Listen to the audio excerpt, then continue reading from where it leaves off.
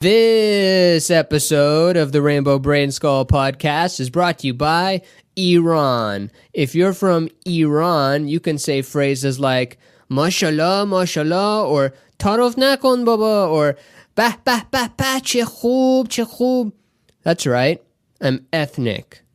So if you listen to this, then you're cultured automatically. It's exactly like listening to NPR. So here is your culture, good, progressive points for being good. No more intros. Intros are, I know every intro I say intros are bad, and then I just make fun of intros so that I allow myself to do an intro. But really, I don't like intros. I think every podcast intro is bad, and the people that make them are bad. So just stop. I'm not going to stop. That's still going. My guest today is the one and only, amazing, unforgettable Anna Hossnieh. Hit it! Welcome to the Rainbow Brainskull Hour. You're gonna have a good real time today. Every week there's a new guest, so that you'll learn something new. 'Cause that's all that we're here to do. Logic and GarageBand.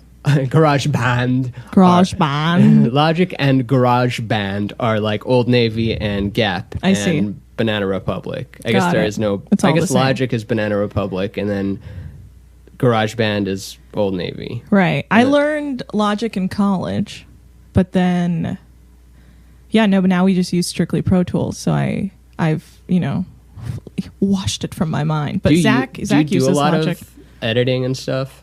I do. So like when I first, like if I'm developing a show and I'm like working with the people, I do all the editing so we can like confirm a structure.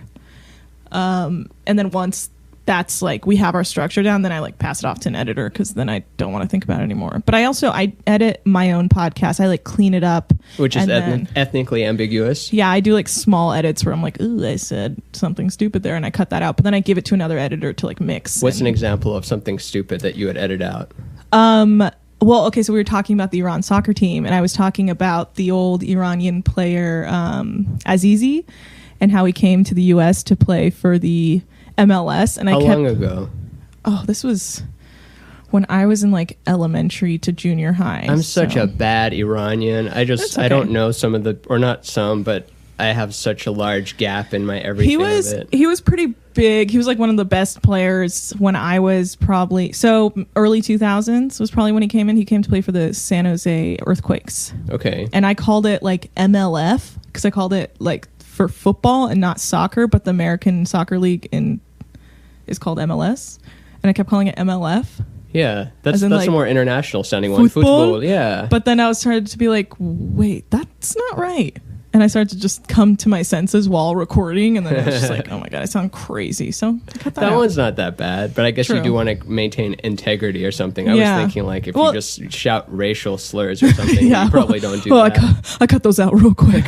No, that was just more for time. I was just like, I don't need to keep this in. I'm like literally coming to my, like, I was taking like gaps of like, why does that sound wrong?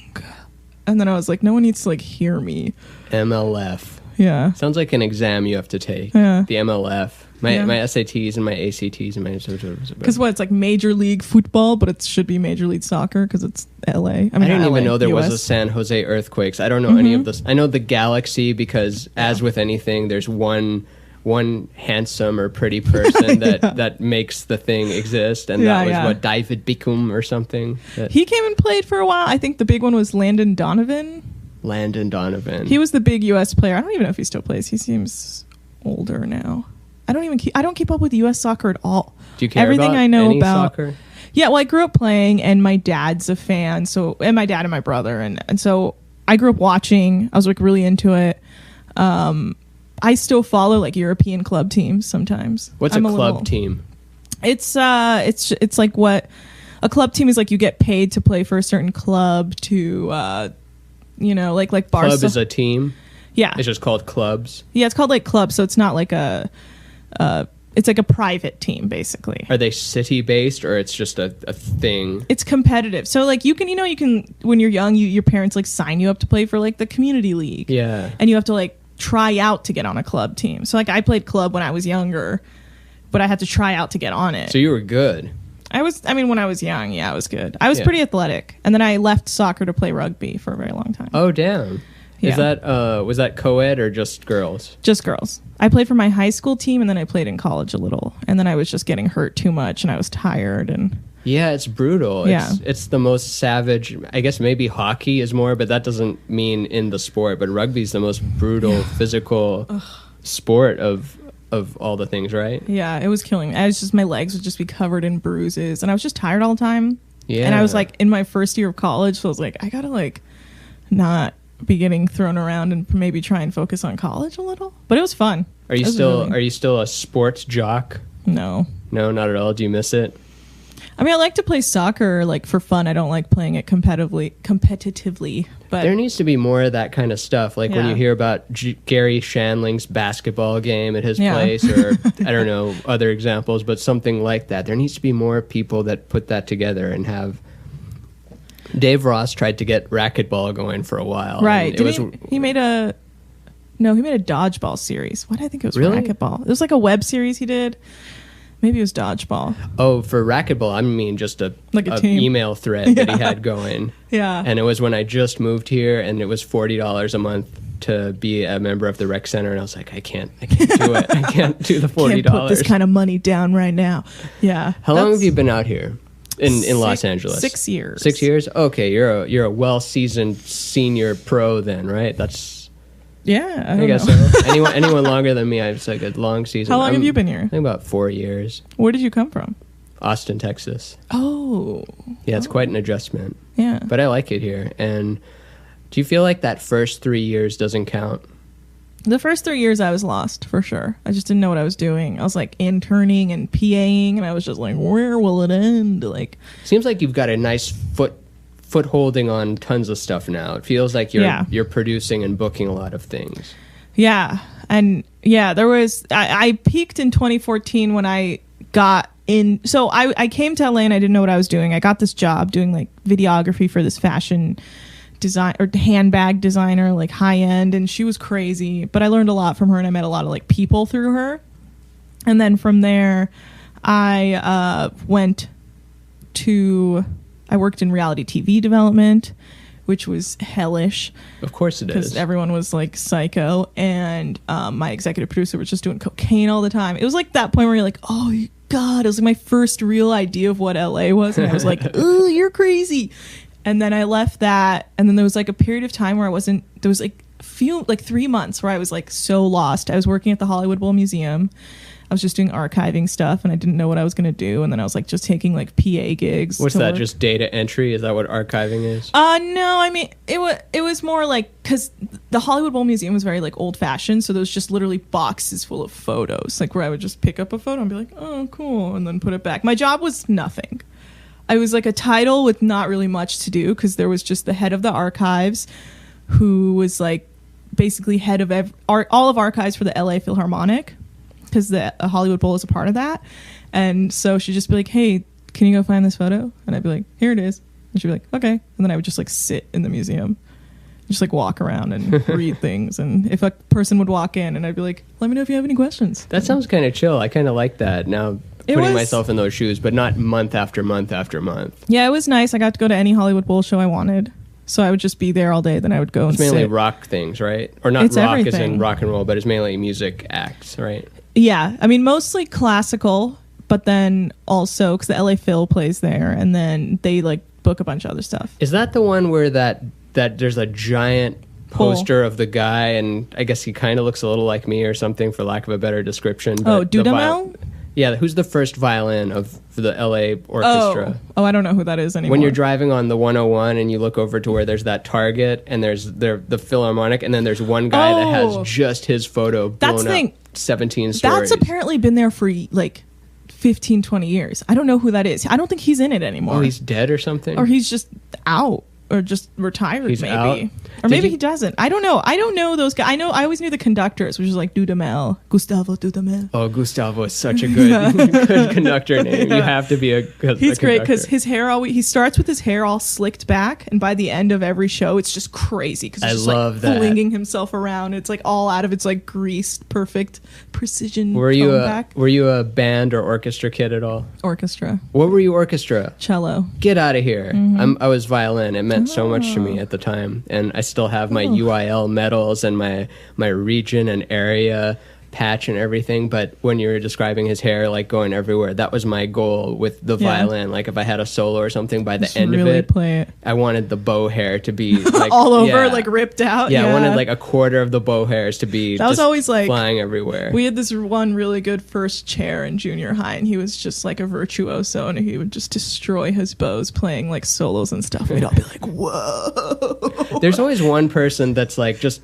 a standard deviation better than everybody else, And he's you like can't touch 14. them. Yeah, And you're like, parents "Jeez." beat the shit out Yeah. of them. Yeah, and he always seems so aloof. Like he's like, "Yeah, I guess I'm good at cello." And we'd all be like, "Dude, you're a genius." Like you don't use music. You like look at the music. You're like, "Got it," and then you just play. And it's like, Were you a good what? sight reader? I don't know. I was all right. I wasn't the greatest player. I was good at more like the staccato because I had like thick fingers. I was good at just plucking. Yeah. But I was also very distracted because I started playing in elementary school, and by junior high, I was just kind of like, and Whose then idea was it? Yours or parents? both, I think, because At the they were same like, time? we need you to do something else other than like soccer and like sitting around at home. And I was like, okay, I'll play the cello. And they're like, okay. And then after a while, was losing interest, and they were like, keep doing it. And Why so- cello? It just came to you? I remember the orchestra teacher just said I had big fingers that would be good for playing cello. How did you feel about that at the time? I Were you felt- like cool, or were you like, No, I oh was my like, god, I'm a monster? Yeah, I was like, my sausage hands. And yeah, I don't know. I tried to play flute at one point. I played violin since I was 5, but I tried to be a flautist at one point Yeah. just because whatever reason I was going through that phase. And it was in Canada, and the band director just looked at people's mouths and be like, nope, nope, yes, no. And I was one of the no's. He would just look at your lips and be like, no, you don't got it, son. You don't got it. That's crazy. And then eventually I switched to saxophone because that was my third choice or something because drums were all they let you go taken. straight into saxophone. I remember the rule was like you had to play flute or some wind instrument before you could play sax. Really? Yeah. That's a correct way of doing Yeah. it. This was just the stupid Canadian Give 'em one. a Not that sax. Canada is bad or anything, but Yeah. specifically so I moved from Canada to Texas at age, what was it, 11 or something? And I hated the school there. I loved my friends and part of the things, but the shit they made us memorize was so dumb. Really? And then I came to Texas, and then it was too much on the other end of the spectrum, where the science teacher is also named Coach. Every male teacher is Yeah. also Coach. Yeah, yeah, Even if Texas. he's not a Texas, I mean, you have to call him Coach. And so, like, no, this is a little too far in that other Super, direction. like but- Friday Night Lights. It's like I don't think he coaches anything. Okay, that's funny. Yeah, Yeah. I started in the Bay Area, so I don't know. It was just whatever. So you've always been California. Mm-hmm. That's born cool. and raised in California. This is where you That's the spend most of accent. your days. Yeah, Do you All do you my like days. that? yeah. Are you? That's why I have zero opinion. I feel like most people that come from here, like whether it's Bay Area or Los Angeles or something, they like it. And Well, so it was weird because there's that like weird one-sided rivalry where like NorCal hates SoCal. they do. I didn't even know that. But SoCal's like, we don't care because who cares? We're SoCal, right? Yeah. Yeah. SoCal. SoCal. Southern call. See, you fit right in. Yeah. So, My friend from Texas, last time I saw him, after a year of not seeing him, just the first thing he says is like, your voice got higher. And that was my equivalent of the sausage fingers. I was like, Yeah. oh no. And then around him I had to be like, so do you want to get some beers later and look at tits? and he's, Want to look at some Okay. tits on beers? I love tits. Like, your voice is weird. Yeah, I don't know. It's a rivalry that only exists in NorCal's mind because they think they're so much better than Southern California, and you're like, whatever. But when I like was really scared to move to LA because I was like, oh, it's gonna be all like vapid and whatever. And then once I moved, everyone's like, whatever, man, you've changed. You're so LA now. And at first I'd be like, am I? And then slowly, like, longer I lived there, I was like, yeah, fuck it, I'm so LA, fuck you guys. Yeah. Like, I don't care anymore. They'd be like, oh, you've changed. And I'd be like, yeah, I'm cool now. I'm cultured. Fuck you. Exactly. Like, yeah, I don't live in tech industry, Bay Area anymore. I have more going on down here, you guys. But they have more money because that's Yeah. what they do. They extract money out of numbers. Yeah, and all my friends up there like work at like Lyft headquarters or Yelp headquarters. They all work at these like tech companies, and I'm just like, whatever. It's a weird feeling. You can feel Yeah. it when you're there, and I don't know if it's just me, but part of it is a little enticing. Like, oh wow, I could work for Google Yeah. and get lost in their campus. That's the other thing. They all have like cool offices. They're Yeah. like, we have a keg in our office. Like, oh, cool. Yeah, I heard about a creativity room at Yeah. one of those places, whether it was it's probably Facebook, not Google, but it's a jam room, and you can play instruments and record stuff. And That sounds like Yelp. No, I don't know. yeah. It's cool. I don't know. That world, that like office world really bores me. Like I can't, like the only reason my job works now is because our office is so laid back and like nobody cares and you can just go lay on the couch and sleep. Yeah, and you have for, a like, 5 roof. minutes. Yeah. And you run the place. Yeah. Are you the main person I'm the main of producer. that cohort? Is that what it's called? Cohort, gang, Well, motley crew? I was the first employee. So Jack, I remember, I don't know if you knew that. Yeah, you did the Crack podcast live, so you knew that. So I Jack worked didn't remember me, but then he did after I told him. Jack doesn't know where he is. He has 2 kids, both under 2. He has no. I don't think he sleeps. Oh, So you can like say something to him, and he's like, "What?" And you're like, "Wait, what?" yeah, that's not even 10% He just, of like, his life. Nothing going on behind his eyes because you're like, "Oh, you haven't slept in 3 days." Jeez. Yeah. I didn't know he had the kiddos. That's crazy. Yeah, he has a 2-year-old and a newborn that's like probably a few months old. Was born in February. Oh, congrats, Jack. Mm-hmm. He listens to this. Jack's a huge fan. Do you listen to podcasts? I do. Which podcast do you listen to? I listen to Last Podcast on the Left a lot. Oh, that's a good one. That's my favorite because I like forgot true about crime and conspiracy stuff. And those guys kill me. I listen to like the Dollop, same concept. It's like What's Dollop? Dollop. It's Dave Anthony and Garrett Reynolds. They talk about like history and different stories from different times, and then Garrett Reynolds like does impressions and make jokes, and it's fun. There's so many now that I don't even have a go-to anymore. I'm just so Yeah. free-floating I lose track of ones I subscribe to, and I kind of like it better that way. Yeah. The days of idol worship, at least for me personally, where it used to be like, these are my bands, Yeah. these are the things I like, this is my favorite sports Yeah. team, and this is who I am. And now I don't. It's changed over the years for sure. Yeah, Because decentralization. now, I mean, I don't listen to. When we first started, I would listen to the shows that we would develop, but then after a while, once I like got to know the hosts, like I just had no interest in listening to them You anymore. know their rap now. You know I'm what like, they're gonna say. Yeah, whatever. And then I listen to Raised by TV. I just like references to the 90s. That's always fun for me. Who's that? Because Baron Vaughn had an album called that. No, it's called Raised by Cable. It's Lauren Lapkus and John Gabris. Oh, I don't know John Gabris, but Lauren Lapkus is UCB, Orange is the New Black. Yeah. She's funny improviser. They're both improvisers, but they just talk about all the different television shows from the 90s they watched, and then they play clips from it, and it's just like nostalgic, and I like it. Yeah, that's crazy. We were, I guess, I mean, that's the title of it, but that's a world that doesn't exist anymore, and it's a world you can access at any point. Also, like, sitcoms now are such trash. Like, it's Yeah. hard to make a good sitcom, especially with, like, a laugh track. Like, there's, like, really good shows that I can still watch that were made in the 90s that have laugh tracks where I'm like, this is great! And then it's like, I watch a show with a laugh track now, and I'm like, this is not great. Yeah, because they should know better. Yeah.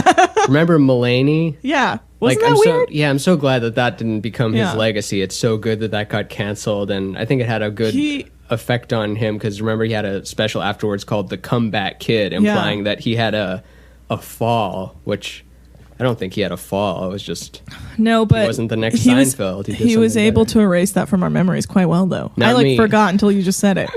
Damn, he's good. No, I remember everything. I remember Rob Delaney on Kimmel. I remember everything. Oh wow, I have not seen or heard from Rob Delaney in a while because he moved to like England Oh, really? to do I had no idea. Catastrophe. What's that? A show? It's a show on Amazon. It's really good. I think you would like it. Oh, cool. I'll check it out. It's him and Sharon Houston.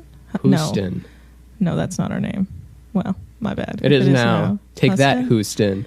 Sharon? But No. the Delaney bomb is that first Kimmel set he did. It was just no laughs for the first 5 minutes, and Really? even then. But he's still going, and it's just. And I think he paid to have it wiped from the internet. Really? Because it was so terrible. And Who I mean, not that approved the he's. set?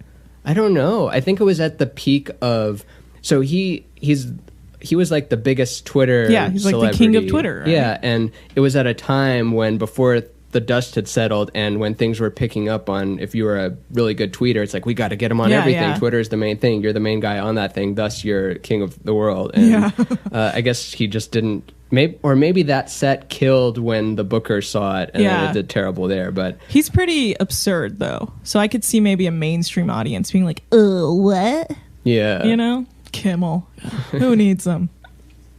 I haven't watched any late night things I don't in wanna so watch this long. late night. You have to send me a clip of your late night shit show set is what I meant to say. Your I have to shit send show. you a clip If of you want my- me to watch it, you have to send it to me, or I'm never gonna see it. Because I'll see people being like, "I was on Conan," and I'd be like, "Whoa!" Yeah, that Instagram of here it goes, and Yeah. it's a photo of their They're like dressing room. yeah, the dressing room label, which I think there's even a sign that says "Feel free to share this on social Yeah, media." And exactly. Conan's a cool one. They Yeah. have an amp in the green room, and Yeah, I went as Noah Gardenswart's posse like a year or two ago. who's Noah Gardenswartz? He's a New York comic. He's a friend of mine. He's he's a smart guy. He writes for like, he consults for the stand up for Marvelous Mrs. Maisel. Oh, I need to check that out. I heard that's good. Yeah. Is it good? I've watched a few episodes and I liked it. I just haven't had time because it's an hour show and my attention span these days. Whew. Oh yeah. I kind of Oh. like the hour though. Like Yeah. what Handmaid's Tale is an hour, Game of Thrones Yeah. is an hour, Westworld is an hour. I don't watch any of those. You don't watch the main 3 shows that I watch? Oh no. I'm so sorry. But does know. Zach get into it? Zach watches Game of Thrones and Westworld. And he doesn't rope you in? Well, I can sit in the room while Westworld is on. Like I don't absorb any of it because it's just I don't know. Like Game of Thrones, I can sit and watch, but that I kind of like decided in college I wasn't going to get into because I remember I would like watch it with friends like every once in a while, and like you couldn't say anything. Everyone would be like shh. And I was like, well, this isn't fun. Like I don't want to do this. It's fun the second time. So I've watched it, I think, 3 times all the way Uh-huh. over. And then, then you can, the second time you watch Then it, you can talk. You can talk. But I only just watch it with Catherine. So, Yeah. And I asked if Zach got you into it because she's the person that got me into Uh-huh. every show, I think, except for Battlestar Galactica. That's the one I got her into, but that's old. I like half-hour comedies a lot. Like I'm big into The them. Good Place. I've only watched a few episodes of The Good Place, but everyone keeps recommending it, so I might watch soon. Geez, what are comedies? I'm really into like Baskets right now. Oh, with Martha Kelly. Yeah, I love Martha Kelly. Yeah, Martha's an awesome person too. yeah, And that she's character great. she plays on Baskets is exactly It's just her, right? Yep. That's what I thought. I was like, wow, they just, and I think her character's called Martha. Yep. Yeah. I was like, they just cast Martha Kelly as Martha Kelly. Yeah, in it's an method. alternate like reality. Yeah. I know. I love that show because I really like Louis Anderson as the mom. Oh, it's brilliant. It's so good. Then like the Kirkland signature obsession. Like, I get it. Yeah, and the brother, the southern brother. Which is just another like Zach G like trope. Like he always plays this twin brother of his that like clearly doesn't exist, but it's always seen like, and even it's like that Purple Onion stand-up set special. Yeah, that was one of the first specials that was. Yeah. Legendary, as I like to call it. Yeah. It doesn't hold. I don't know. I haven't seen it in a while. Yeah. I'm not going to say it doesn't hold up or does hold up. I was going to say I wonder if it holds up because the shelf life of stand-up it's the shortest of anything. Yeah. Bananas last longer than stand-up sets nowadays. That's true. Yeah. I'm trying to think. What else do I watched Barry, that HBO show. Barry Yeah. with Bill Hader. Bill Harry. That was good. I don't really pronounce it Barry, but whenever I'm thinking of like a strawberry, Barry? I could be like, is it Barry? It's like, oh, you made me think for a second I said it wrong. I was like, maybe I'm saying, should I be calling it Barry? I just destroy your life. For the day. Yeah. Everyone's just like, what are you doing? Do you have any strawberries? Barry. Yeah. Yeah. Bill Hader's a force of nature. That guy's Yeah, he's good. I haven't met him or anything, but he's I heard just he's so animated and He's someone? Somewhat maybe pretentious. Or someone who interacted with him at a setting said he was a bit pretentious, but that could have been just that setting. I don't know. He was like sniffing cold brew and was like, this isn't single origin, and then no. threw it in their face. Actually, yeah, that's exactly what happened. No, Zach's was going to record at Meltdown. Bill Burr was doing some serious radio thing when Barry was first coming out, and Bill Hader had to leave because he drank a coffee that had like almond milk in it, and he's like allergic, and he didn't have his EpiPen, and he was like, what a puss. He's like, gotta go, and like rolled out because he was just like, I will have hives or something, or I will pass out and die maybe on stage or something. I don't know. I think I heard something about that, like, and then Bill Burr was left hanging without knowing that he was going to leave, and he can hold his own and everything. It was like Bill, and then like Winkler, and probably another Henry character. Henry Winkler, and then another character from the show. I'd never heard of him not referred to as Winkler before. I don't know. My roommate's last name is Winkler, so it's always like I always think Winkler first. Were you starstruck at any point? It's probably all gone now, right? Can you still get starstruck? Starstruck me the most. Who, if they walked into that door right now, you would be like, oh, I'm such a big fan.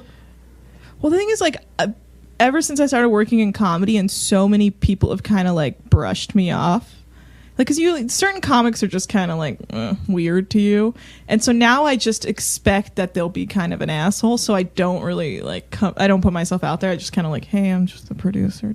Yeah. I feel that. Like, I have no confidence when I have to meet these like intense people, and then if they're nice, I'm like, oh, cool, they're nice, and then if they're not, then I'm like, yeah, I didn't get my hopes up to like be their best friend or something like that. But probably I would be starstruck by like Laurie Metcalf. I don't even know who that is. I could have cut her off in traffic and not known. She was... I would never have let you do that. I was to come find you. I heard what you did, Ramin. You knew I would be starstruck by her. I didn't even need to be in that lane. I just wanted to cut her off. Laurie Metcalf, she was in the original Roseanne, in the current Roseanne. She plays her sister. She was in Lady Bird, the mom. No, I gotta go check with that. Did you ever see? You just like her as an actor? She's an amazing actor, and she's hilarious. She's in that show Getting On, which is like the remake of the British version. I didn't even know there was a British version or that one. Oh, it's hilarious. She plays a really, really shitty doctor who only is obsessed with her own work, and she's always just like so annoyed when she has to go see a patient. It's the funniest. Have you met her? No. So that's your number one. If she walked into this room, I would push your face aside with my hand. Like that. Like, oh, sorry, Robbie. Oh my God. I need to make this happen. Yeah. Not this week because you'll know, but I need to make it happen in like 2 years or something after you've forgotten. I'm like 2 degrees away from her because this man who is friends with the host of my podcast, Will You Accept This Rose, which is all about The Bachelor. That's what that acronym is. WYATR. Yeah. So one of Arden Marine, who hosts my podcast, one of her friends, who's this comedy writer, he's good friends with her, and so he watches The Bachelor with her, and he always tells us about it. I'm always like, I'm just like a Metcalf head out here. What can I say? I was more upset for her that Roseanne got canceled because I was like, damn, Lori. For Metcalf? Yeah, for Metcalf, because she plays the sister. Do you think Roseanne sabotaged it, or you think she was just having a ambient racist thing? Roseanne realized, like, I don't think Roseanne can see outside of herself. I think she's just a racist. She doesn't care for certain people, and she probably thought she was invincible because they gave her this show to begin with, even though she's kind of been known for being a piece of shit. And so she probably thought, oh, I'm untouchable. I can tweet out this dumb racist bullshit. And when it came back and smacked her in the fucking face, I'm sure she was just like, yeah, it's such a risky move nowadays. Like, why would you even... I don't know. People have had hot takes on that forever, and this especially is like 2 weeks now old. You can never think you're invincible. Like, you might get that opportunity even though you've been a shithead in the past, but don't think someone can't cut you right down if you try and pull some shit. Yeah. It's the meek shall inherit the earth. Yeah. We're doing it. They don't give a fuck anymore. Like, anyone can get cut down. You gotta be careful. Chris Hardwick. Oh yeah, starfishing and whatnot. That was isn't it? That was crazy to me because I was like, oh, I knew he was an asshole. And he vibes as a control freak. Like, his whole being. Like, that's the thing is, I feel like you can't get that far in life without being to be a CEO of like, I don't even know if CEO, but like create this giant industry of like Nerdist, like your brand, without being a crazy person, right? Yeah. I mean, you can, but when you are, it's not surprising. Like, Yeah. I'd like to think that, I don't know, Ben and Jerry, are they good people? Or are I they don't even know. just screaming at their employees But like, this even, ice like- cream's too thin? But like even like Jeff Bezos, who's like the head of Amazon, one of the richest men in the world, like that fool does crazy things. Like, did you hear the story about how he had all his executives in whatever a board meeting, and he's like, we're getting complaints about like customer service, like people are waiting too long, and one of his executives was like, it only takes, based off our studies, it only takes less than a minute. So he, in front of everyone, gets on his phone, calls customer service, puts it on speaker, and just sits there. And like every minute that goes by that he's on hold, like you can just, like, apparently the room was just like, everyone was like, Oh, that's some and he's some just power plays. waiting, like, well, it's like minute 3 and we're still on hold, customer service. And then I guess he gets to like minute 4 and someone answers, and he just like is like, no thank you, when they're like, can we help you, and then hangs up. And then that person was like left like almost a year later, because it's like, that's the environment they bring. They're like, I will not be fucked with. Yeah. That one's actually not that bad of a one. I was thinking of a more chastising sort of Yeah. scenario, but But that pressure to build in a room, that's like, you can get PTSD from that, because you're like, whoa, yeah. oh, that meeting, like I will, like I couldn't imagine if you're literally sweating while your boss is sitting there on hold And after it's one Jeff person. Bezos. Yeah, He looks like Lex Luthor. Isn't Amazon like, or with any company, if it's all about customer service, then of course, if you work there, it's probably not going to be the best for you. If it's all about Yeah. helping the customer, then it's got to come at some cost. but I feel like the pressure, no one could actually. I want to go down that rabbit hole now. I want to see this, because I know Steve Jobs stories. I know some Elon you should. Musk Bezos stories are interesting. He also will still respond to his email, or not. He still has his email, jeff@amazon.com, and you can send him stuff. And then he will send that. He reads almost every email that he gets. No, he doesn't. Apparently he does. That's what he said recently. And then he sends the email, depending on what it's about, to the executive in charge of that with just a question mark. To be like, deal with this. Why am I getting this email? And it's like, that's like a real thing he does. Google Jeff Bezos like business practices. He's intense. Apparently, like people cry a lot at Amazon, because he's just like he has like a fine line, and it's like, you cannot fuck up. This is a serious business. Yeah, he's one of the harbingers of the apocalypse. He has to take it seriously, and I'm not saying it in a bad way or a good way. It's like, literally, I've said this same thing on this podcast before, but the 4 horsemen of the apocalypse, you know, the Amazon, Facebook, and now I'm forgetting them, Apple and Google. Yes, those are the 4. Well, you have to, that's what I'm saying, is like, you have to be that intense of a person to maintain a company that big. Like, you have to build it, because people are going to step in your way, and you have to be like, excuse me, and Yeah, like push the them same out way of the that a surgeon, when they're operating on someone, they don't see a human anymore. When No. he's businessing, he probably Yeah. doesn't see a human. He sees like this gear that isn't moving right, and I got to squirt this oil on Yeah, it yeah. by doing this power play. And now Amazon's huge. I don't know if you've heard of Amazon. I've It's bought a couple of books off of huge. it. Huge. Oh yeah, And that's how I like see Chris Hardwick. I'm like, yeah, of course he's a piece of shit. But I also like know people who've worked for him, and I've seen them be treated poorly. So you're like, okay, well, that's just someone who's in power and knows they're in power, so they can get away with things like that. Did you read the whole letter? I did. Isn't it funny with that, or the Aziz article, or things like that? You, regardless of, you know, whether they're true or partially true or something, it takes you down this road where you're imagining this whole evening, like their whole sex life, ground to every last detail and everything. And I mean, I you believe can't it. unsee them like that anymore. I believe all of it. I also believe that he probably didn't even know he was like that shitty, because people live in those bubbles, like mental bubbles of people like Roseanne, like they can't see outside themselves, you know, and you're like, God, like you're such an asshole and you don't even know it. Yeah. Now he probably is like, huh, she was very upset by that stuff, huh? Like, yeah, fool, think about other people. Yeah, and I think, I mean, he'll be fine, right? He's not going to not have millions of dollars anymore, Well, but it's probably a difficult... He lost a lot of whatever, like current deals, but I'm sure he can come back for it. Just how Because he was I'm- supposed to be the next Ryan Seacrest, but for nerds. Yeah. And Are people getting tired of that now? Because when Nerdist started, it was like there's no home for people that like Avengers and Star Wars and D&D. And now I think that the general feeling of it is like we're like, what happened to real nerds that like to build LED projects and stuff? And it's not just all about nerds or people that like this set of IP that belongs to Disney and Marvel, which might just be the same thing now. Yeah, I think there's definitely more. It's less about like gatekeeping, and now there's more like platforms for everybody. It's becoming more mainstream, I think.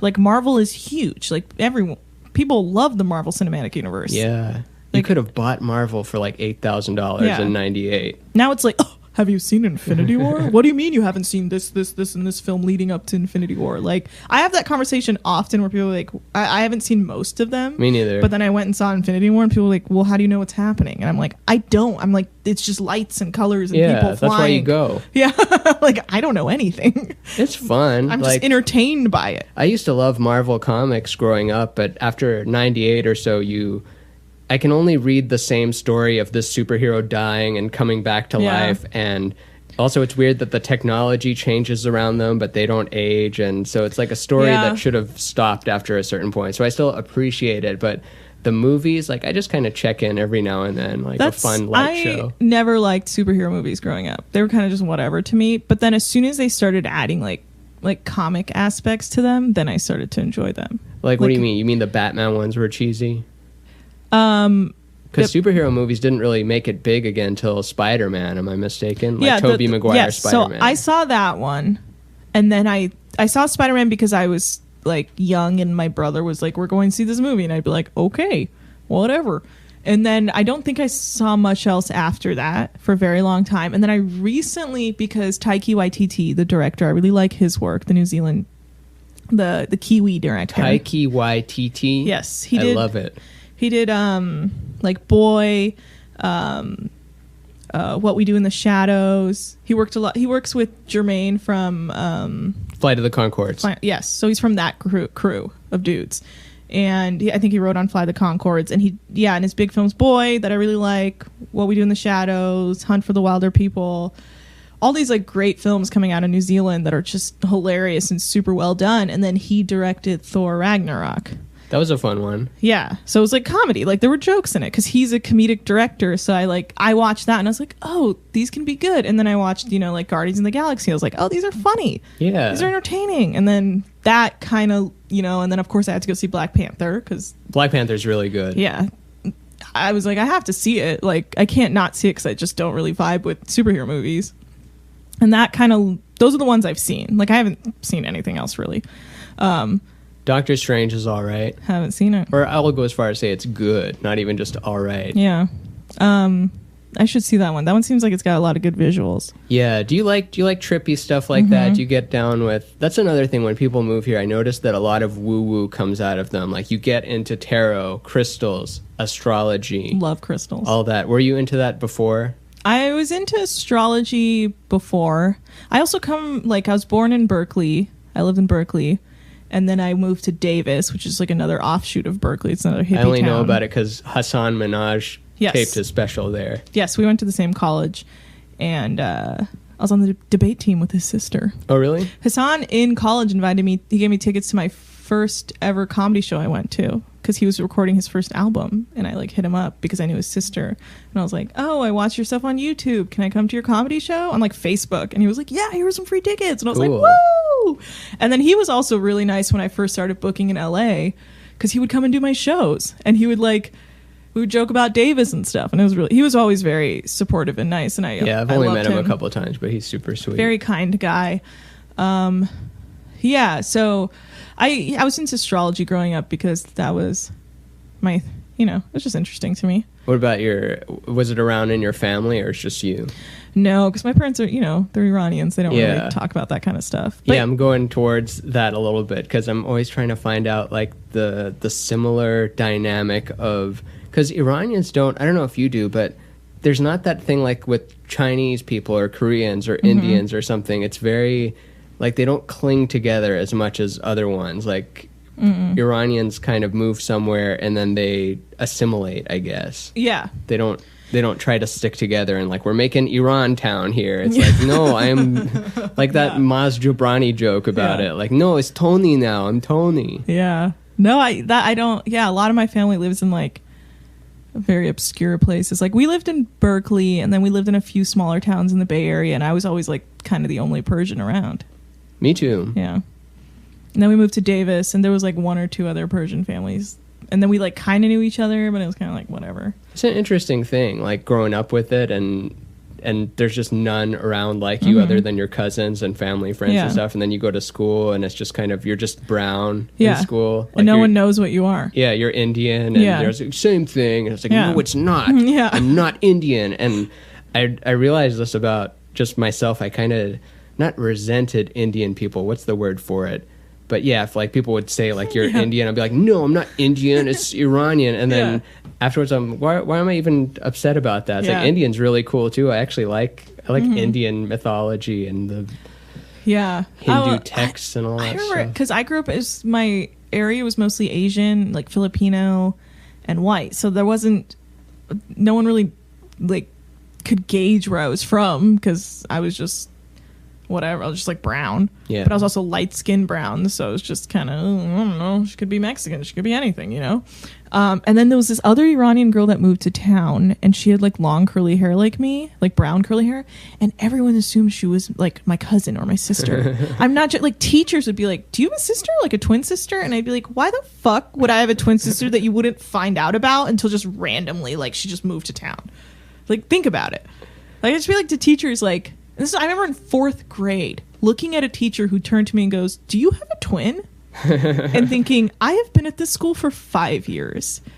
Why would I just have a twin all of a sudden that my parents were like keeping in the closet? Like, what do you think? I remember at a young age thinking that's dumb, and you know that's dumb. But me being like, no. What? That's funny. And coincidentally, because we looked alike, we became friends because it was just kind of like, hey, Persian? Yeah, cool. Yeah, you got to align against the and then greater I, like, forces. Told my parents, I was like, yeah, there's this new Persian girl in school. And then they were like, huh. And then they like reached out to her family and they were like, are you guys new in town? And they were like, yeah. They're like, do you want to come over for like a mehmooni? and they were like, sure. Mehmooni is Iran or Farsi for party. Yeah. Like, do you want to Did just your come parents hang have out? mehmooniye agha and mehmooniye khanuma, which is the men's party and the women's party? No, they were pretty mixed. Oh, really? Because mine, it wasn't in a like, no women allowed ever. Yeah. It was just kind of a thing they did. I don't even know who initiated it, but it was like 30, like, if it was the men's night, it would just be 30 dudes like there, and if it was the women's one, it would be them. And they were for the most part mixed, but my dad would go to like his besties' homes and they would all hang out and like play backgammon. But I think that stems from like Iran. Like that's pretty cultural in Iran for like men and women to be like in separate rooms hanging. Yeah, it's interesting going in there for chocolate and stuff because, you know, they'd have better cookies out when it was like a party. And so I'd go in there and I'm still like young and, you know, adorable little kid, like 5-year-old. And like, so everything stops when you walk into the room and you get different like, type of. Yeah. Ramin. Yeah, the men like rip on you and then the women want to pinch your cheeks and stuff. And Yeah. And it would just smell aggressively like cologne and perfume. Oh, yeah, so much. You'd be like, oh, someone's here. I used to wear cologne. Not a whole, or maybe I did wear a lot of it. Who knows? I probably did. I never got into it because I always felt my father wore too much. So I always felt like I was suffocating. Yeah. Like in car rides to places, I'd be like, why did you put so much on? There's family that I'll have and I'll do a hug once and then the next day it's still like on clothes that clothes had touched. Yeah. That's real. Yeah. What's wrong with normal smell? Or the best is no smell. You want to go for no smell. You don't want to smell like anything or not like anything. Yeah, that's so. How often you go to Iran? Because I don't remember if it was the first. Well, one of the first times we interacted, not in a just email setting. I think it was you, me, and Shireen outside of the China Comedy Palace. Yeah, Comedy Palace, and we're just talking about being. Yeah. Being our ethnicities and the dynamic that comes with that. And in the parking lot, I remember that. Yeah, and then you were saying at another point, I don't know if it was that night, that you go to Iran and like at least a couple times a year, and it blew my mind because like you can go there. Like I was brought up thinking it's just you can't go back there. I go once like every 2 years. I'm due soon. I went last year in February. I went 2 years in a row recently because my uncle died, and then it's tradition to go back the year after for like the after funeral a year later. I didn't know about that. Yeah. So I went last year in February. I didn't go this year. My dad did go because he's retired, so he can just go. But it was just like not convenient for my work for me to go at the time. So every 2 to 3 years I go growing up. I've always had an Iranian passport, like since I was a baby. Is there any fear when you go there, or it's like my cartoon idea of it in my head? Because I remember that. Because as long as you're not a journalist and you're not picking at stuff, you're probably safe, right? I mean, I have never gone...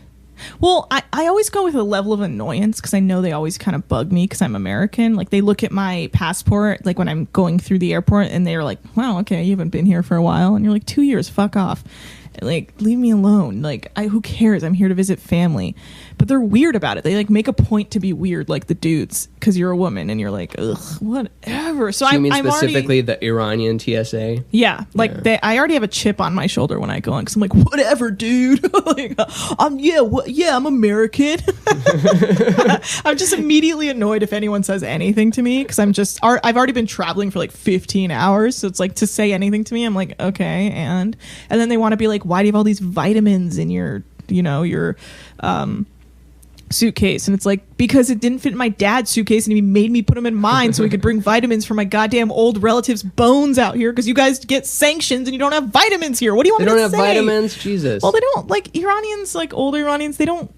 It's old country style. They don't think I have to take my 10 vitamins a day, like, because my dad's Americanized. So here he comes, he's like, oh, well, you need your vitamin B, you need your vitamin C, because vitamins are an intense American thing. Yeah. Like, people there are like, no, I just drink my chai, I rub my herb on myself and I'm fine. But then my dad is like, no, you're getting old, your bones are rickety, you need to take vitamins. So my dad takes like arthritis medication over there and stuff, because they don't think about stuff like that. They think like, oh no, I went and saw my like chiropractic witch doctor who owns a cafe on the street, and he told me to like just massage my ankle this way. I thought it was more westernized for some reason, like less.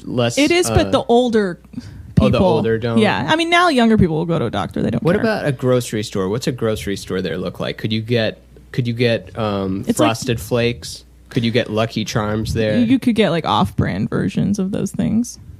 If you really want something, you can go find it. I mean, it's like market style, like where it's like bodega-y, where it's smaller.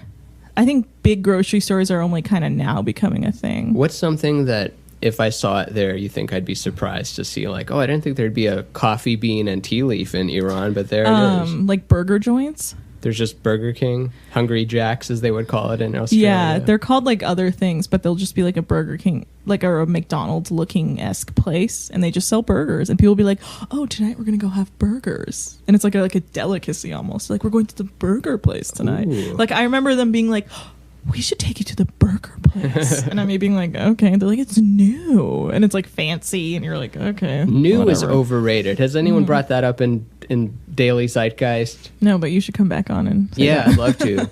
Yeah, I hope I was a good guest. I had a good time on it. And I need you broke you myth busted the atom or the molecule? The particle. The particles. Not even the None of those anythings I just said. Anything that's a solid like boundary of a thing, Yeah. there's no such thing as that. It's a construct. Yeah, there you go. Yeah. That blew people's minds. They were like, oh, and then I remember a bunch of people tweeted out, I was like, I've been trying to tell people that for days, and nobody believes me, and I am so glad this guy came and myth busted this. It's always like white dudes who tweet at us, and we're like, yeah, totally. I just remember them being like, wow, do you have a science background? And I was like, he's just Persian. Persian kids have to learn these kind of things. Yeah, we are kind of these interesting animals that have a lot of things going on, and a lot of pressure to be. I never feel like I'm a good enough family member, not a good enough at making money person. No, because you immediately, if you don't become a doctor, engineer, lawyer, you become the black sheep.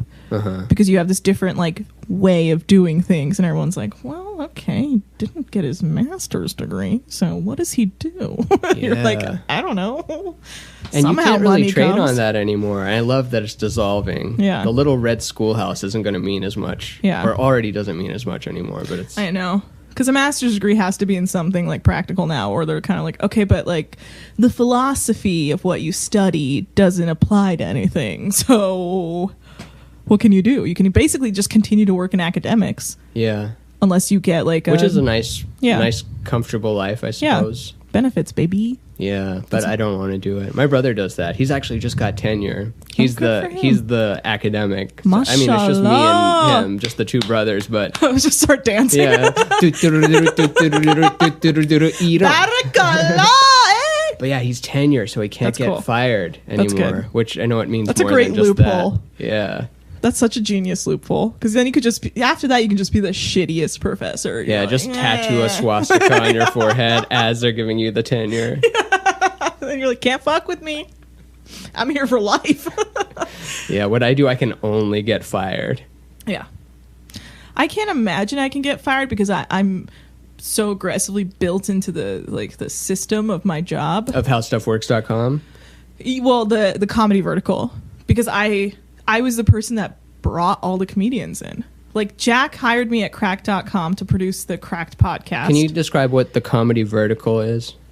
Okay, so Jack left cracked.com. I produced the Cracked podcast. He took me with him as his first employee. So HowStuffWorks is a podcast network. Their biggest shows are like Stuff You Should Know, Stuff You Missed in History Class, Tech Stuff. And I guess they were like, we want to do comedy. So they decided they wanted to create this whole other wing of the network in LA that Jack would run. And we would start doing comedy podcasts that were also like somewhat informative. And so Jack took me with him and was like, hey, you know, all these people in the comedy scene, you're really well plugged in. I want you to like book people for me and bring me talent, which is what I was kind of doing at the Crack podcast. So I was like, cool, okay. And so we started this vertical. I was the first person. We brought on Nick, who's our lead engineer. The guy in the little window. Yeah, the big tall guy. And then we got Miles because Jack wanted to. Jack had this idea. He's like, there's no good daily comedic podcast that's about news and pop culture, because like the Daily from the New York Times existed, and then I think there's a few others now, like Today Explained from Vox and whatnot. Is that Vox? I don't even remember. But yeah, and so we like slowly developed it, and we brought in Miles. We auditioned a bunch of like comedians. Miles is good. Miles is a real smart guy. He used to be a lobbyist, so he has like a good political background, but then he was like, fuck this, and went to UCB and was like, I'm going to do comedy. So he's great. And so we brought Miles in, and then so it was me, Nick, Miles, and Jack. And then Sophie, who's our project manager, she was the receptionist, like office manager person at our parent company, which was System One, which was a startup that bought HowStuffWorks. And the guy who owns System One used to own Demand Media, which used to own Cracked. So that's how he knew about Jack. Okay. So they were like, bring in Jack. So when it was just me and Jack, we didn't have an office. We worked out of System One in Venice. Like we would just sit in random desks that were open that day. And like I would often just sit at reception with my laptop and like work while we were like slowly trying to build this vertical. How long were you in that configuration before the main office? Well, we were there for like a month or two, and then we went to a WeWork. We got a small little WeWork that we built a little miniature studio in out of just whatever we could. Like we got one of their random really tiny rooms that had no windows, and we just like put a bunch of acoustic panels up and set up a little studio with their tables, and we would just work there. Like that was it. We were always in like a small box together. And like you guys seem to get along, right? Do you drive each other crazy? And we have our tiffs, but we're always like together, so we like talk it out and deal with it. I'm the crankiest usually because like I'm the main producer, so a lot of stuff gets put on me, and then I was the only person who was trained how to publish podcasts for a very long time. And as more shows were coming in, my schedule was just getting crazier, and I was producing this daily podcast, and I was booking guests every single day. And I was like trying to bring talent in, and I was also trying to do my own podcast. So, yeah, like, you do a lot of stuff. There was a moment where I was just like, don't talk to me for like an hour, because my mind is so all over the place that I have to just sit and work. And I can't like have people being like, and I was like, shh, I have to think. Because after a while, it becomes a lot. Like the publishing system was really outdated, so it was like a whole thing. Like I had to like learn all this weird stuff that I'd never dealt with before. What do you use now? Now we use Megaphone. It's very easy. You just input a thing, upload an audio file, boom, easy. I Before use it was like, Zencast. Shout out to oh, Zencast. Zencast, cool. I never heard of it. Is They it don't good? even sponsor me. I have to pay them. But it's really That's- good. Yeah, I like it. Yeah, that's good. Yeah. I used to think do it myself. Actually, I still do Shane Moss's podcast, and his is just on a Drupal site with an RSS feed, because I used to be a programmer. That was my Yeah. day job thing. So I just made the actual thing that puts out the RSS file with the file, and then And that attaches to iTunes? because you just give them the RSS feed. Yeah, but yeah. it's not as good as the services that they have now. When I Yeah. started, it was good. Now it's like, oh, this is kind of clunky compared to what they've got going on now. Yeah, before they had this system called ETB, and it was like really, really outdated. Like it was Yeah. like input this, put this on server, make sure link or whatever matches this. But it was like 10 steps of like, where you're on these websites that had the most outdated interface, and you were just like, what? And they'd be like, do you have your metadata and your E3 tags? And you were like, what are you talking about? And they flew me to Atlanta to train me to do this. So I was like, great. How long were you there? Like 2 days. Okay. Like sat in a room by myself while this guy trained me. But he like, He couldn't have just emailed you the 10 steps? yeah. Honestly, in the training, I absorbed nothing because he was going so fast, and he was speaking as if I understood these terms, which I didn't. And I didn't know what anything had to do with anything. Like we had to get an encode script built for our terminal. We had to use terminal at one point Ooh. to encode a WAV file into an MP3. What? Yes, it was that crazy where I'd be like, you can just go to like Art 19 and click upload. And it just does all the encoding in the system. Yeah, or get Handbrake or something. Get anything at Yeah. this point. Like, I was Anything, like- any program it comes with. I was like, Don't do that. I am not a coder. I don't understand this kind of stuff. And so you're speaking to me as if I do. And they were kind of like, okay, whatever. And they'd be like, did you take your notes? I'd be like, sure. And then I went back to LA, and then like they were like, honestly, if you do it a few times, that's how you learn. So I would just do it, like do fake tests of podcasts that like I wouldn't actually end up pressing publish at the end, but just go through the steps. And I would just be calling the dude every day, like, okay, so this is where I'm at right now. And I think I fucked up because it's not letting me go through here. And yeah, it just took me like a week or two to talk to the guy over and over again. Yeah, to and how long finally would it figure take to out. just move their system over? You could just... Well, then they finally did it. We moved it to Megaphone after a while. Oh, good. Yeah. But it was a process of me just being like, guys, this is insane. We should never use Terminal. We're not coders. It's a podcast network. So I was asking you were the comedy vertical. Vertical refers to like... It's just like another wing. Yeah. Okay, I'd never heard that before. I'm learning today. Vertical is a company term. It's a corporate term, I feel like. So like there's marketing vertical, the sales vertical, the comedy Yeah. vertical. Yeah.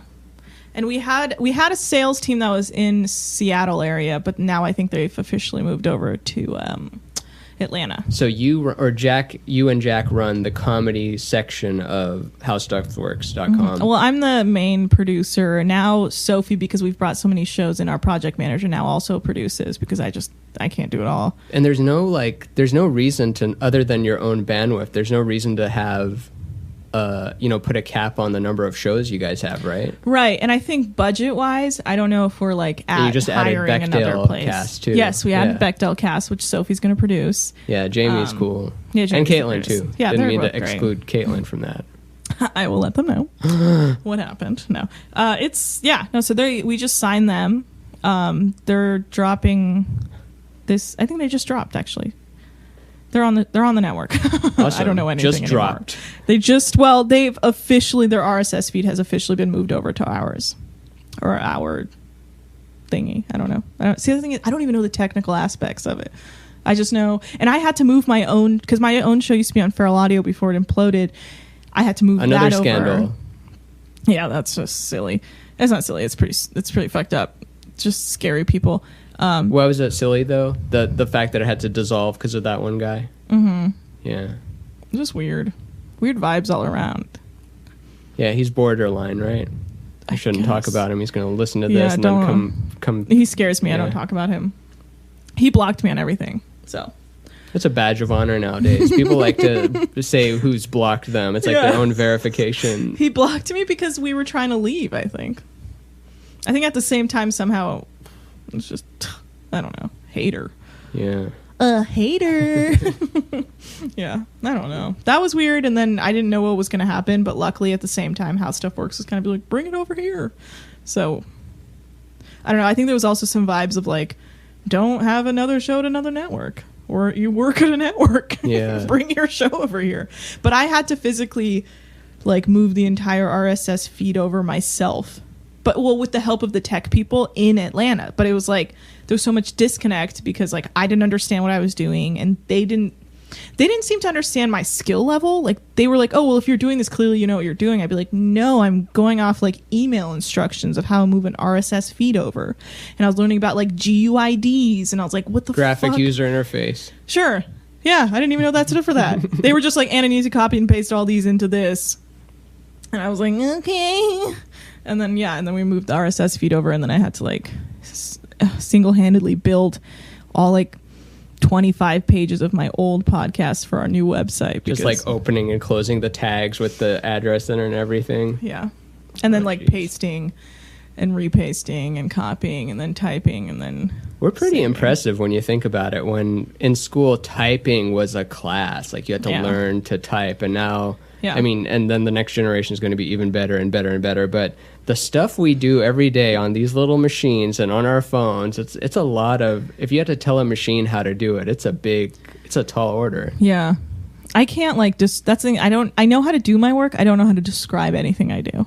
Yeah, it's the worst. Weddings are terrible. Just going, like having to tell people what you do, and then Yeah. you're there, and you've got the drink in your hand. It's like, well, I do a bunch of different things. I Well, mean, I that's guess the first thing is, Yeah, well, that's I always feel like my parents don't really know what I do. Like they know I have a job that pays me good money and I have health insurance. And then they're like, "Okay, so you have a podcast." I'm like, "Yes." But what's the other like they don't get all these podcasts and that I produce a podcast. Like they might know I'm a producer in LA. And I feel like it's hard for them to really describe anything further. Like, well, she has a podcast. And then no one in like their community knows what a podcast is. the term didn't exist No. a decade ago, and Yeah. now it's everything. And it's not all of it, but it's only ramping up. Audio is just huge. 'Cause And then like trying to explain what I do in Iran. Oh my God. is podcasting a thing in Iran? There's maybe no. 2. I don't think, because everything's blocked there, you know? Do you have to wear a chador when you go there? I wear rusari. What's yeah. rusari? Halfway? It's just like a hijab. Okay. Do you have to have it all the way, or do they see the front of your hair? It's very relaxed. A lot of women just do half your hair. As long as you have something over your head-ish. Like a lot of them just hold a scarf over their head. They don't even tie it. Like the younger kids, like the women like get away with more because it's just more relaxed and they're not as harsh on it. Like you don't have, like the older ladies will be fully covered up depending on how religious they are. But like even my mom like just puts something on, ties it very simply. Do you think it's extremely silly? I don't think it's necessarily needed because I don't think seeing a woman's hair sexualizes her in any way, which is I think the idea was that the whole first original concept of them doing it is being like, we're giving women privacy by insisting they cover their hair. Like we're doing them a favor because we That's how they framed it, really? Yeah. Oh. When in like 1979, when the revolution happened, like their whole concept was like, well, we're making it so men aren't looking at you. And it's like, Wasn't it more so men aren't looking at another man's property? Sure, something of the sorts. It was just they were like being like, we're doing you a favor, okay? Yeah. These dudes aren't sexualizing you now. And it's like, okay, but like it's just hair. That's not really that sexy in my mind. Maybe it is. Maybe you have like gorgeous. Anything that you hide, I guess, becomes fetishized just Right. because you're hiding it. Exactly. It's kind of like, okay, well now you've shot yourself in the foot. 'Cause all these dudes are like, what's under there? And you're like, that's not necessary. I don't think it's necessary to cover their hair. I can understand more conservative like dress, like not, having like a low cut. Sure, that's because culturally, like they're just not used to it. But hair, I think just covering your hair is just, it's almost dumb at this point. Like, Yeah, I'll go as far as say it is dumb. yeah. Because as soon as women walk into their house, poof, it's off. They're literally just doing the least that they have to do when they're being outside, which is kind of throwing a scarf somewhat casually over your hair. And half the time it's falling off your hair anyway. I hear old people complain. I mean, this isn't Iran, but they'll complain about like on the plane, like people wearing pajamas on planes now and putting their feet up. I'm of that camp. I think people should wear pajamas in the plane because planes are uncomfortable. Yeah, and they don't treat you like a human. So No. why do I have to pretend like I'm this sophisticated, dignified person? Yeah, I don't plane etiquette. Like, just don't have smelly feet and you're fine. You can do whatever. Yeah, or don't eat anything too smelly. And even then, turn your air vent on so it's moving the air if you're gonna do that. Yeah, keep it moving. Yeah, keep it moving. You know, don't be smelly, but feel free to be comfortable. Oh, so the one thing that we do on this podcast, it's the only recurring thing. If you didn't know about it already, it's we just do 10 seconds of silence, and you don't even have to meditate on anything or think about anything or look anywhere. It's just 10 seconds of silence, and then one day I might string all these silences together and make one big silence. Yeah, of all the different guests and stuff. So, are you ready? Yes, I am. And go.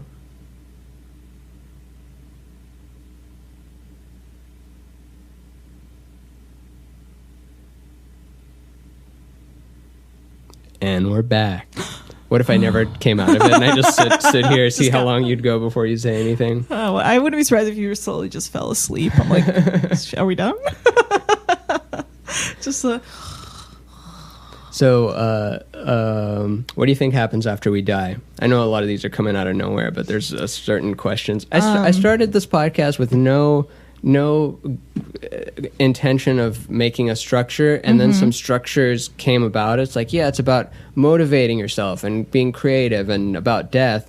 And now I'm almost tired of it now, like about having those themes. Like, notice I haven't really stuck to any of those themes. That's the thing is, now that I work in a network, I'm so goddamn tired of structure. Yeah, structures are stupid. I like the concept of like a just float out and like just do whatever podcast, because I'm so tired of structure. I feel stressed when I have a structure where I'm like, okay, well, we have to take a break now and come back, and this is your time to talk. And I'm like, and that's why I'm like stuck editing random shit. What about news? Does that frustrate you that you have to be very immersed in the news all the time in order to have? Or I guess that might be because I host a podcast about Middle Eastern news, and I get like aggressive fatigue from it. It just doesn't get better. Like, it's always like dark, weird shit, and like dudes, like a bunch of dudes running shit in the Middle East who are all like, I don't know, upset that their penises are small, so they're like destroying some small countries and like causing famine. Like, it's just so weird.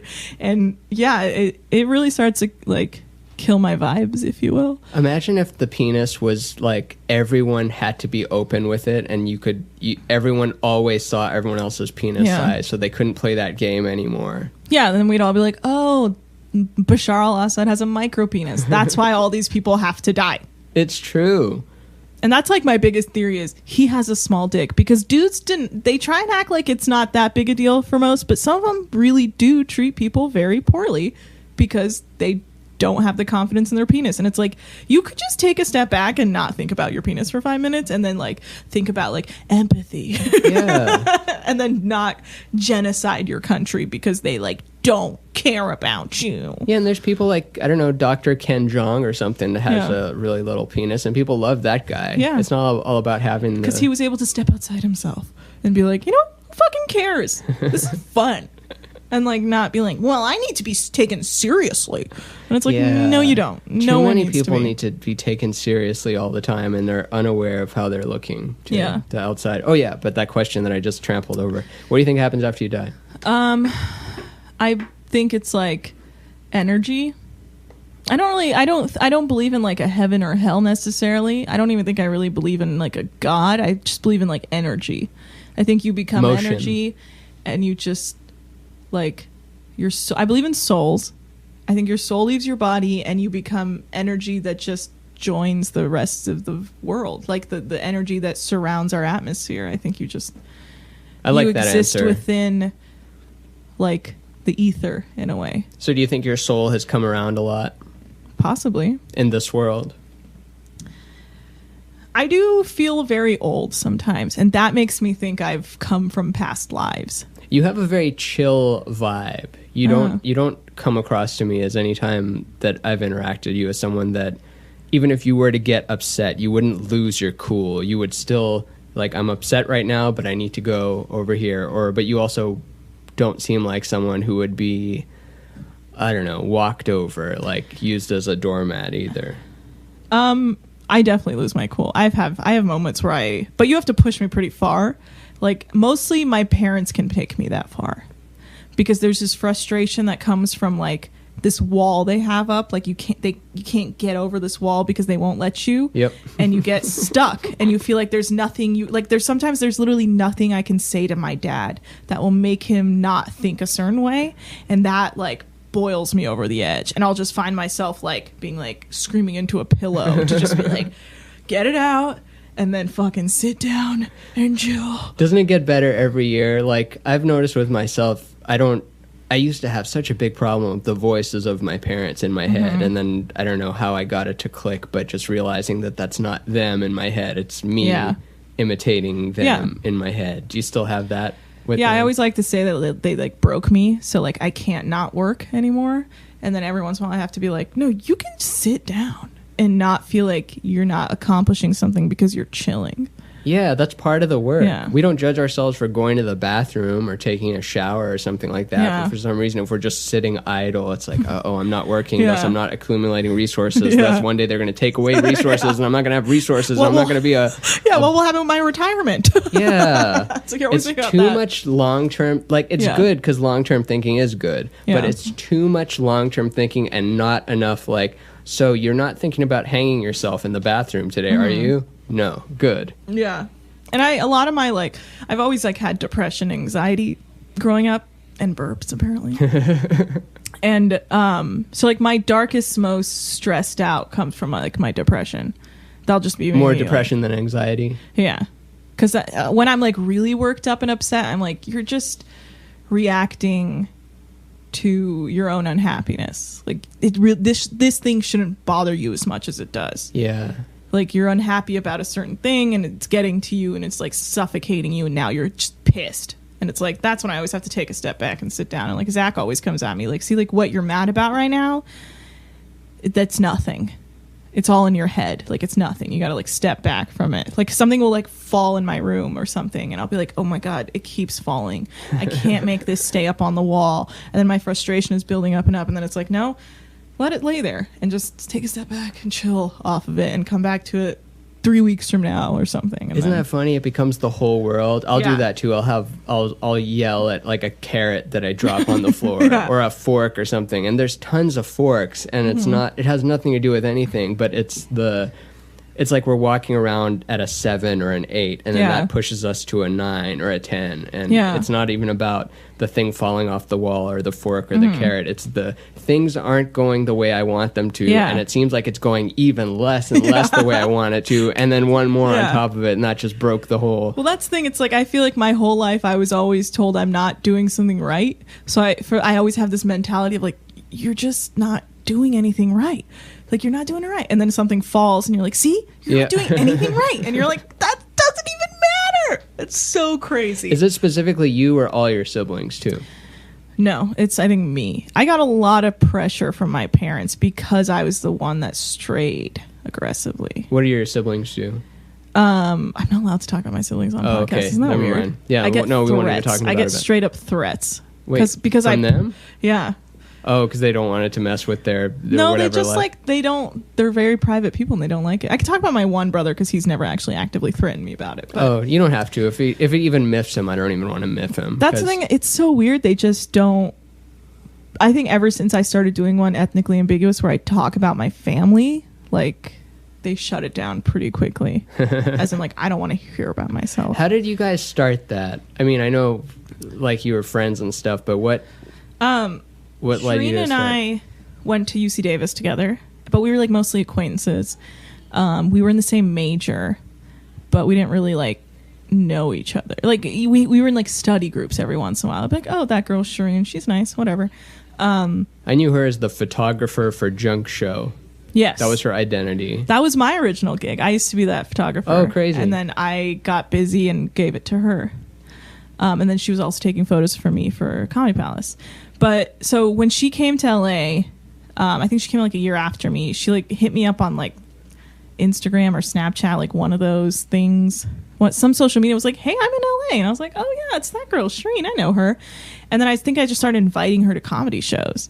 And she was like, oh, I like taking photos. And I'd be like, you should take photos at my shows. And then we would always joke. I was like, oh, we should make like a talk show called Ethnically Ambiguous.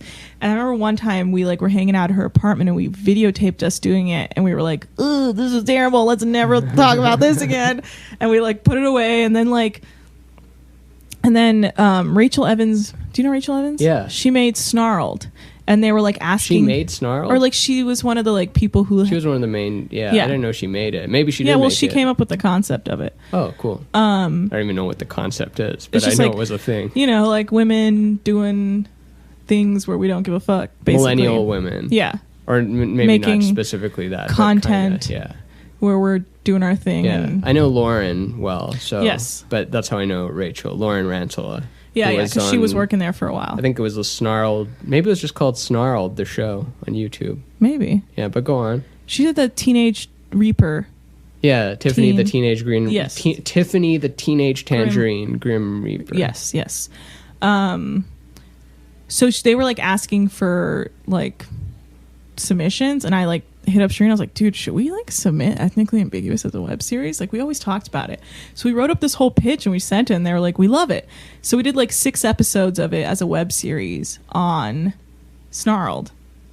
And then after a while, it's just kind of like, I don't know, the content, it's a little almost, it's, their audience was getting a little younger, and we were like, our content's just kind of a bit much, you know, like it's like Middle Eastern politics and all that. Too real. Yeah. And, you know, we, Gotta put some pizza gifts on there or something. Exactly. We need a little bit more like sparkle.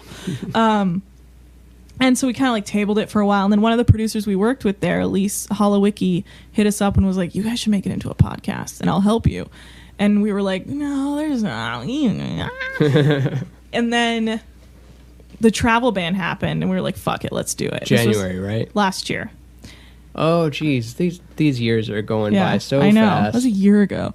More than a year and a half. And and it was travel ban happened, and then I was going to Iran like a week after the travel ban. I had tickets to fly, and I think I saw you. Like I was like, maybe I'll never see you again. Yeah, I think at like you did the joke improv about or that, something. Because I was like, I didn't really know what was going to happen. I was pretty stressed out because I don't know. Like they were holding people who were citizens who just happened to be dual nationals with Iran because they were all just, I don't know. It was like border patrols didn't know what they were doing. Like it was just like this vague report or executive order that went out, and then it was just a mess.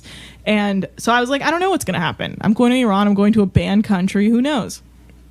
And so while I was in Iran, we like recorded some test episodes like over Skype, talking about the travel ban and like my fears and what would happen. That's crazy. We can do that now. Yeah. You can tape an hour of audio for free while you're in Iran. I remember talking like long distance phone calls to them. It was something you did every year, and it's really expensive. So on like don't waste Saturday time. mornings, and you have to like yell. Yeah, because they can't hear you. Yeah. I always remember my parents like yelling early in the morning, and I'd be like, "Oh, they're calling Iran." There's a lot of yelling, not necessarily in anger, but in Iranian households. I they feel talk like, loud. Yeah, Betcha, Sham. Just, I'm right here. Please don't. Yeah, a lot of yelling. Isn't that weird? Yeah, and it's they interesting. just talk loudly. Yeah, on the phone. Yeah, yelling to you to come somewhere. Yeah, I like now these days tell my dad, I'm like, shh, lower your voice a little. And he's like, what? And I'm like, shh, you're yelling. And it was interesting going to friends' houses and stuff and thinking that, you know, when you're a kid, you're like, oh, my dad's an angry guy. Yeah. And then you go to another friend's house and you see that, what happened to your Nintendo? Oh, we didn't come for dinner and my dad kicked it against the wall, so it doesn't work anymore. It's like, oh, geez, my dad would never do that. I guess because your dad paid for that with his hard-earned money and he would never destroy it. He's like, no. Yeah. It is. When I go to Iran to my dad's side, because they're all Turks, they're from northern Iran, Urumiyeh, yeah. So they speak a dialect of Turkish, and it's like they literally learn Farsi in school as if they're learning Spanish.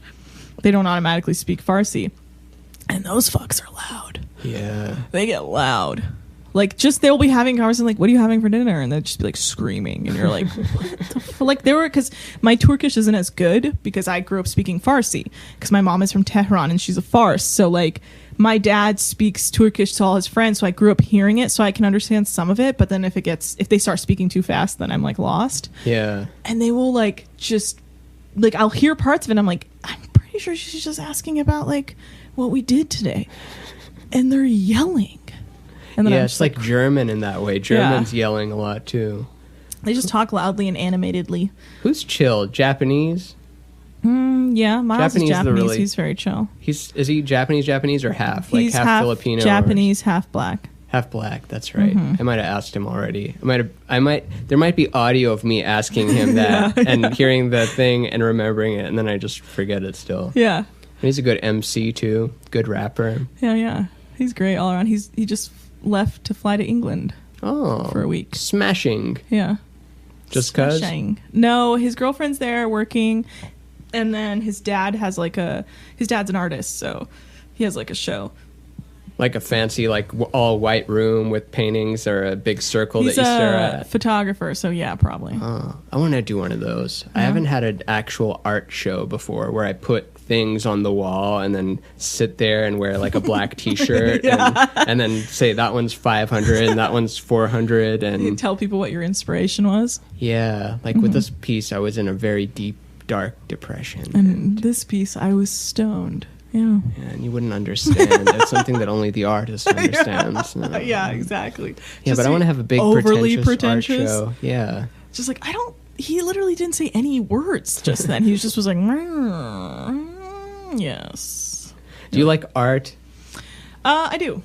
Like you go to the museum and stuff? More so than I used to a lot in college. I was really into art in college, and I was really into it when I first moved to LA.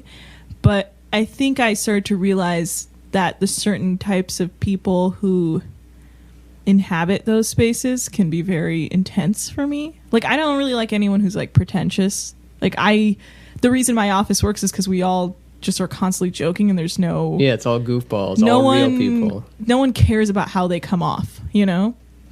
It's like no one's trying to be cool. That's the thing, is one of the reasons I moved to the West Side is because there's no scene. I don't want a scene. I don't want to be around a scene. I don't want to see anyone who thinks they're cool or who considers themselves cool. It's good for growing, but at a certain point in adulthood, you don't want a scene anymore. No, You I don't want to just see anything. humans. I You want to see a mom with a stroller, and that's it. That's my scene. I just want to see people who have no pretension. Like there's nothing.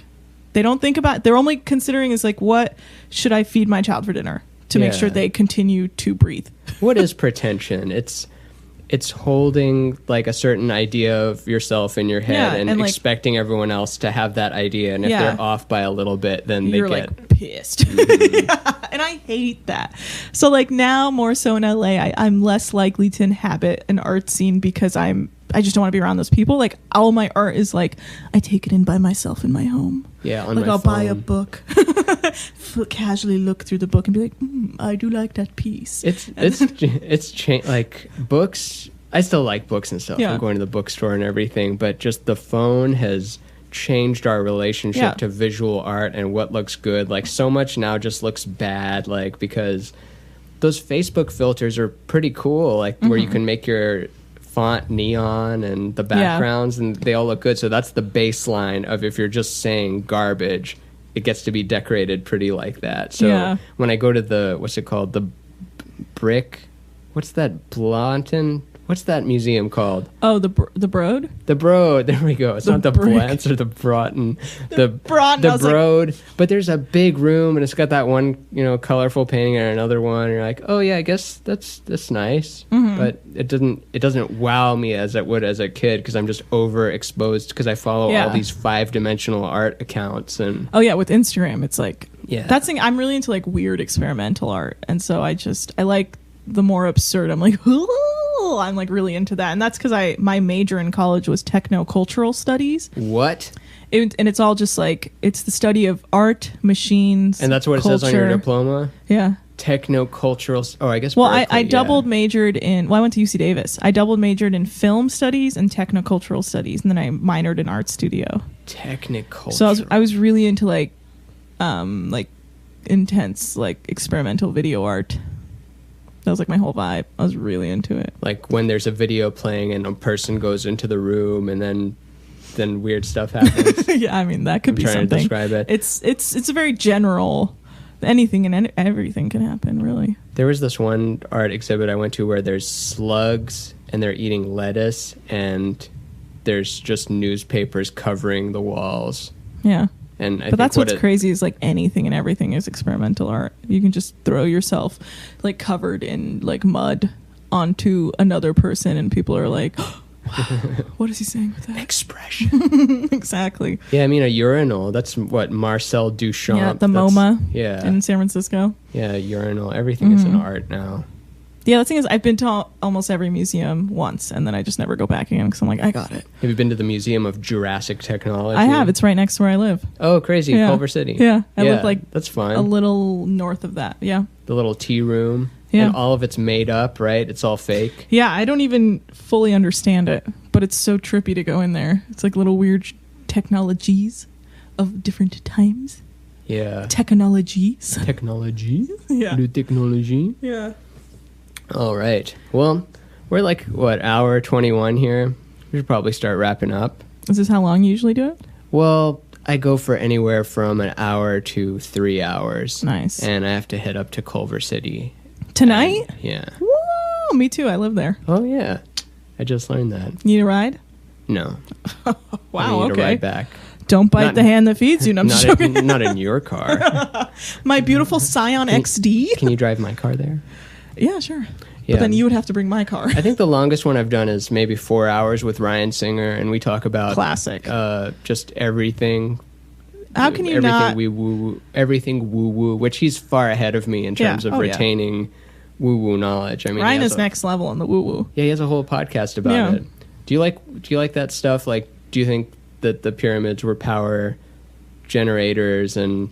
I like hearing about it. I mean, there's a certain level that I kind of be like, okay, well, that's a bit much.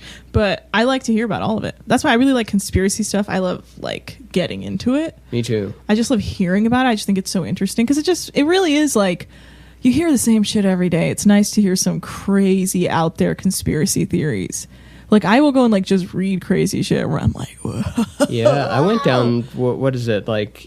What was the recent one? Like Pizzagate that's an a great interesting one. I'm deep into the child sex ring stuff. Yeah, because that's real. Whether Yeah. or not it's in a pizza parlor Yeah. or whether it's this person involved. That's the crazy thing is like it exists, but then like people manipulate it into all this other shit, and that's where it gets wild. Where you're like, okay, but underlying it, it's there. Like powerful people are able to do such things. Yeah, of course. Why wouldn't they? And Yeah. we look at it in history, like they had access to that stuff. So Yeah. why wouldn't they have it today? And Well, that's the thing Jeffrey is- Epstein pedophile island. Yeah.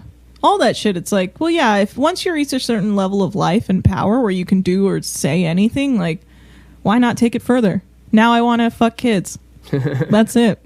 And then to smash you, their it's brains like, open. yeah, to you, it's like, well, who's going to tell me no? And then we're all like, whoa, you're a bad person. But we also will never reach that level of like lack of empathy or anything like that because Yeah. I mean I feel like I personally will never become that powerful. It's weird. So I can unless we never all understand. do. You probably will if we all become that powerful. Sure, if we all become that powerful, then anything goes. Yeah. We have no ability to judge someone like that because we're like, well, I'm fucking cats. You know, like who am I to judge?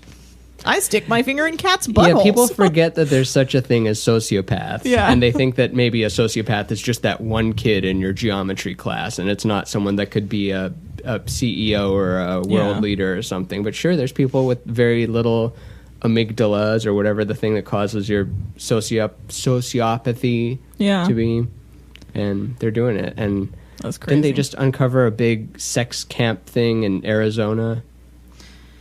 Did they? Yeah, I think they found like a lot of mass children bones things and like restraints to hold them to trees and Where was this? Arizona. But where in Arizona? Tucson? I don't know. You I have to will look go at home and Google this. Yeah, it was a big one, and people going in with YouTube accounts and things getting pulled down. But Oh. occasionally I'll jump into Reddit is fun. Reddit is fun to go look at whether it's food porn or conspiracy, or occasionally Yeah. I'm going to hell for this is funny. Sometimes it goes too far down the same, like, no, that's just a tired old racist trope. Yeah. Like, you can be racist, but don't be Yeah. don't be hack. original. Yeah, I just hate hack. Like, Yeah. I'm not offended by any sort of That thing. I can never get into Reddit. The interface drives me crazy.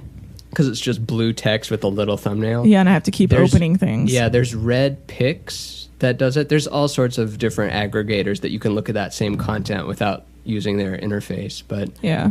I think I do. I get caught up in like linked stuff where I'm like opening new tabs, and then I can read 2 or 3 things in Reddit. Then I'm like, okay, moving along. yeah, it's going to be so fun to walk into those worlds. We've spent Yeah.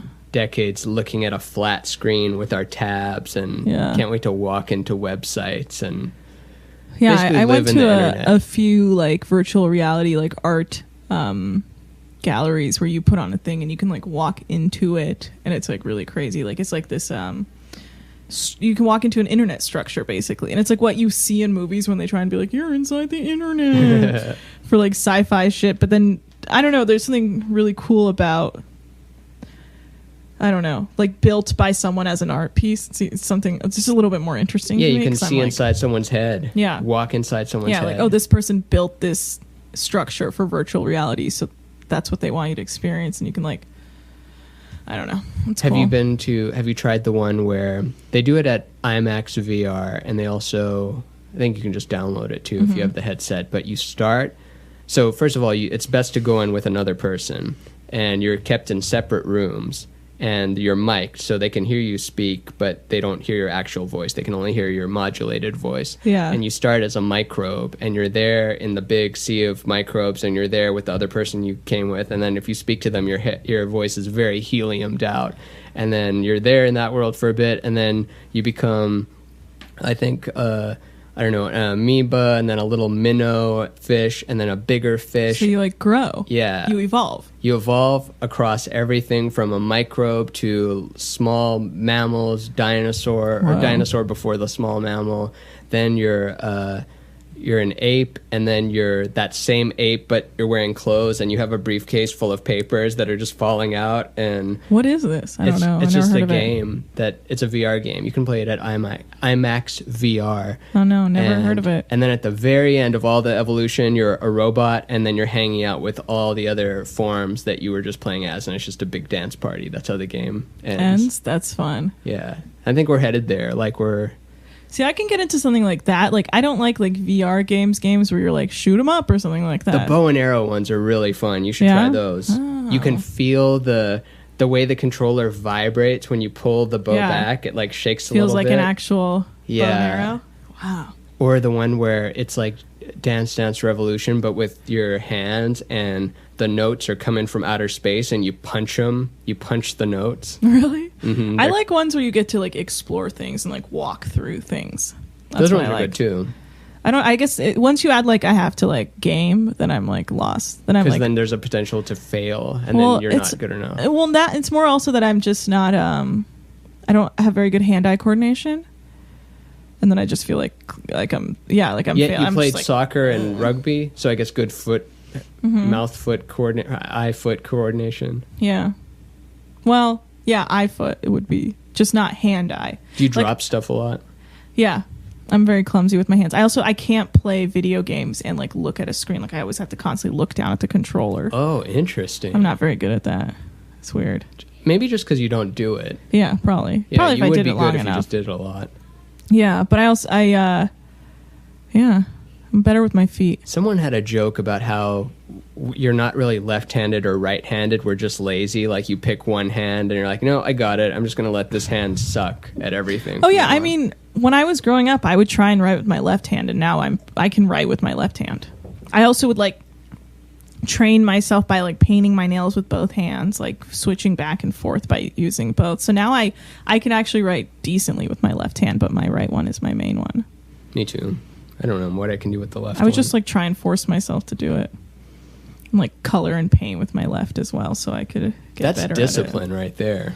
Yeah, I feel like I don't know. tried for a second and was like, no, I'm way too behind on this one. We're just going to have to Yeah. cut you out of this. It's only... You're out of Yeah. here.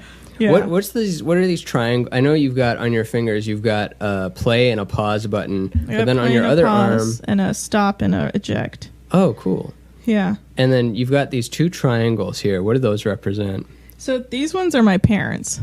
It's like this weird thing where I was like, they're both engineers, so I wanted something math, but they were never squares in my mind. They were always like, they were like pointed. So I wanted to do these triangles that were like interconnected. I don't know. I like it. And what about that one that's a shark with a mouth? It's a sad shark. That's how I always, like, I did a lot of therapy growing up because I was just always confused. So I remember like a therapist one time was like, oh, you're kind of like a sad shark because you have your shit together, but you're aggressively depressed. Or I could get what I needed, but I was also so sad. So Can't move she always, only forwards. she always like said that. And she just said that once, and then I always thought about it, and I'd be like, God, I'm such a fucking sad When shark. did you start going to therapy? When I was in high school. That was when there was early a lot of depression. junior high. Well, I just didn't know how to deal with my depression, and my parents like really bummed me out because they were like, my dad was really strict, and I just like didn't know how to deal with it. And I would like act out and stuff. Like I ran away from home. In high school? In 6th grade. To where? I'm just like a friend's place, like an hour away. Oh, they probably found you pretty quickly. Yeah, they found me like 2 days later. Oh, that you were gone for 2 days? Yeah, I slept in a closet for 2 days when I was like 12. Damn, were they freaked out as fuck? I mean, no, I was like 13 because it must have been 7th grade. Were they calling the cops and all that Yeah, stuff? they called the cops because they were just like, what the fuck? I took a train. Like, I hopped on a train. I was like, bye. I skipped town instead of going to school. And I think they realized I was gone because I didn't show up to school. And the school was probably just like, where's your daughter? And so I skipped town. And I think they figured I went to my friend's place because she was like my closest friend who lived out of town. And they were like, oh, she probably went there. And then like 2 days later, my friend like felt the pressure and gave in because I was staying in her closet and she was like hiding me. She was holding me just outside. all day in that hot closet. Yeah. That sucks. Yeah. You're probably glad to go back, huh? No, I was pretty bummed. I was like, nah, I want to be free. They were like, no, you're 13. Have you heard the term enmeshment? I just learned that term, but apparently Persian families have a high level of enmeshment. What does that mean? Just they're involved in your life, your finances, everything. Oh, It's yeah. like just That's real. very like close in, which the opposite is. My dad does my taxes. Still? Yep. Oh damn. I do He's it just- on TurboTax and cross my fingers every Yeah. year. It's just my dad. He's just a math guy, so he's just good at it. And I've never really been good at math. So. Math is, I feel like we're all good at math, but the way it's presented, because math just works. Like, do I have it here? Yeah, there we go. The math book. Nice. Yeah, math, it literally just always works. It's how existence can exist. It follows these rules. And when we see like a mathematically perfect geometric solution to a thing, when they graph it out, it's like, oh, that's so pretty. That's how I really liked algebra because of that. Yeah, It but always when made it's symbols, sense. though, when it's just symbols, then you get lost because some guy in a powdered wig said it's this symbol and this symbol. But that's what I like because I know that's the fact. I was always really bad at math in school until I had a really fun teacher, and then I was great at it. It's like if it's someone who was teaching it to me, but who also like kept it cool and fun and made jokes and was never really pressured to be like, I'm a math teacher. Yeah. And then, but like was fun. Actually, this is funny. This math teacher, he went by G. He's like, just call me G. Like gangster? Yeah, he's Mr. Gonzalez, but he'd be Okay. like, just call me G. And he'd always say Fitty, because it's just like 50 Cent. He'd be like, Fitty. And he was just like a nice, fun guy. And he was actually the basketball coach, and he's the one that cut Hassan Minhaj from the basketball team. So he's the one that Hassan like has in the past like shout out like, fuck you, Mr. G, look at me now, as like a joke to be like, okay, dude. Well, you're still not a basketball player, though. Yeah. But he had like something, I think it was maybe at midnight or something, where he like called out Mr. G, like, look at me now. And so I was like, oh, that's my good math teacher. He really taught me algebra. Like, he really did. So, Wonder if he Yeah. saw that. It is at midnight. possibly, I'm sure he saw it. I feel like at midnight is not going to I hold heard- up the way that. I mean, it's Well, not a yeah, stand-up now. show, but even Hardwick aside, it's such a just current show. Like, you're not going to be like, oh, let's go watch At Midnight from 2014. You know, I never watched it when it was out. Me neither. I would watch clips every once in a while online, but I never really.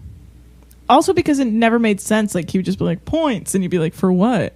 Yeah, it's made up, like the Drew Carey one. Yeah, exactly. Except that one, it was predicated on it being. Was that made up. the Whose Line Is It Anyway? Yeah. That one made sense because it was improv and they were funny. But this, I was like, not all of this is not that funny. I went to a taping once, and it was so funny because. Of At Midnight? Yeah, and because I think it was when Brent Weinbach was on it or something, and Yeah. he wanted help with jokes, and did I even? Well, I wanted to just see him. I forget how everything happened, but they do a dry run of it where Hardwick is going through all the jokes and stuff without his suit on and just like in a t-shirt and stuff, and then the camera pans up showing an audience or showing where the audience would be, but he'll say those zingers, and then the camera zooms out and there's no one there, and he's just it's this weird art piece of him doing the show with no one else there, and then you watch it live and he's laughing at the jokes, and it's just so funny, but it's like, I just saw you read those jokes with no enthusiasm. And see, that's weird to me. yeah, I don't like that. The tape still exists somewhere. You can watch a tape of him doing a raw episode or something. Whoa. Yeah, I Poor never got guy. into it. His whole career is ruined because he treated someone like garbage. Yeah. Poor. And it's that easy these days. That's wild. Let's have a moment of silence for Chris Hardwick's career. JK. He'll live. He'll be fine, just like Louis C.K. will be back. Everyone will be fine. Mike Tyson has an animated show. And he's like the number one example of you can do anything if you're a man. We'll probably have a little, like, we're still not out of the shame and call out culture days, but I think we're gonna go through a second phase of forgiveness. We're gonna be like the ultra forgiving, like, no, we figured out base income and we're all immortal now, and that's like the we're thing. just gonna forgive each other. I feel like Hardwick should have came out with a legit apology versus a denial. Apology will always save you. Denial will always make you look like an asshole. What did he deny? He denied sexual abuse. Yeah. Yeah.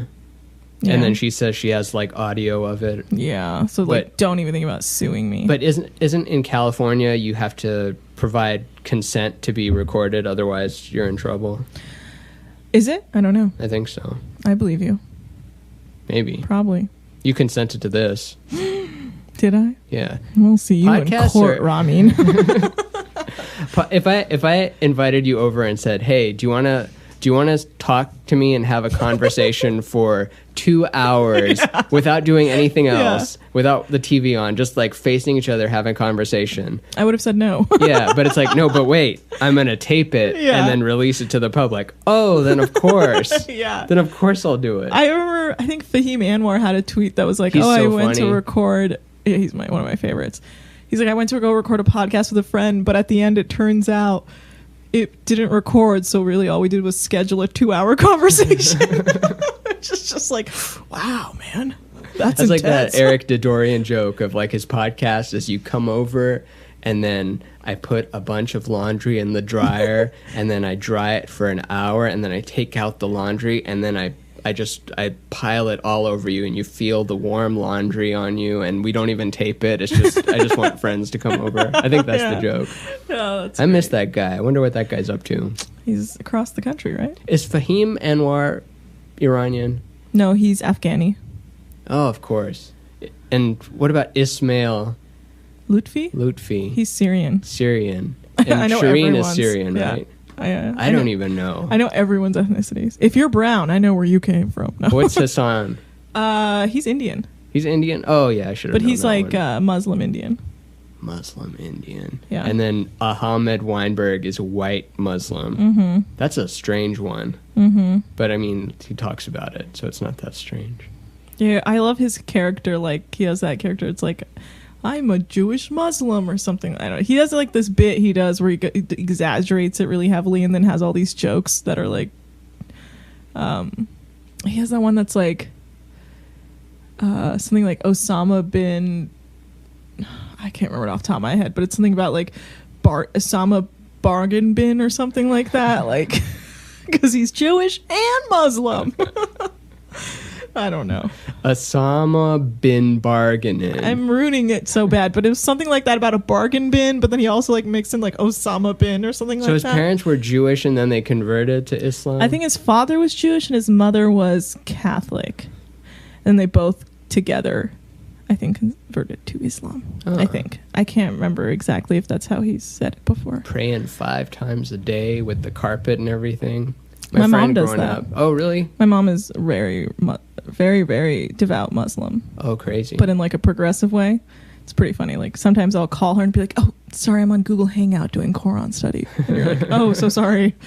Sorry, I didn't mean to interrupt your Skype session. My favorite, I don't know much about the Quran except for, Alex Gray, the visionary artist. Mm-hmm. Wait, who- did you not grow up religious at all? No, my parents are both, I guess, atheists, Oh, nice.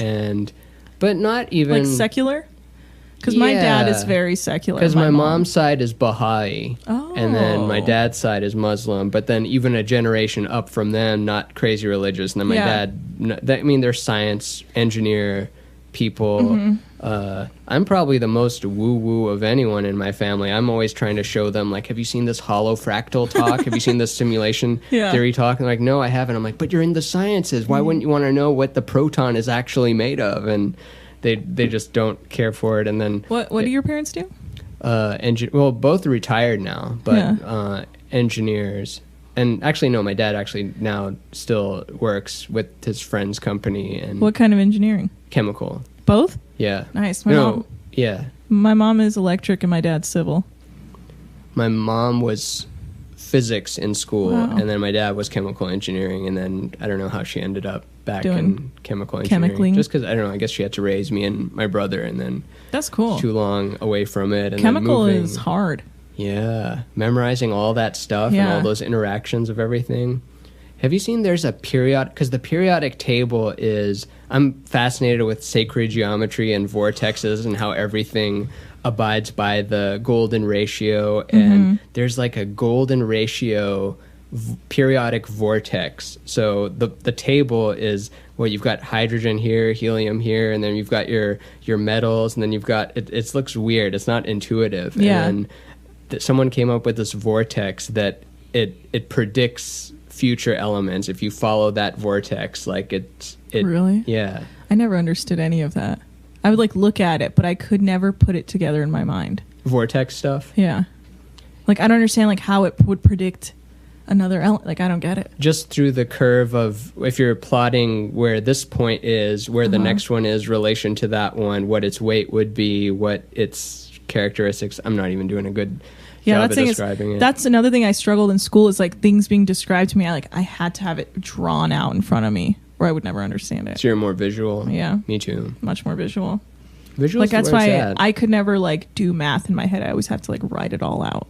We all are, because then why else would there be that phrase like, oh, I see what you mean? It's Yeah. a visual thing. I Yeah. see what you mean. Oh, but Alex Gray, the Quran thing, he says, the Quran says, to know Allah is to know oneself.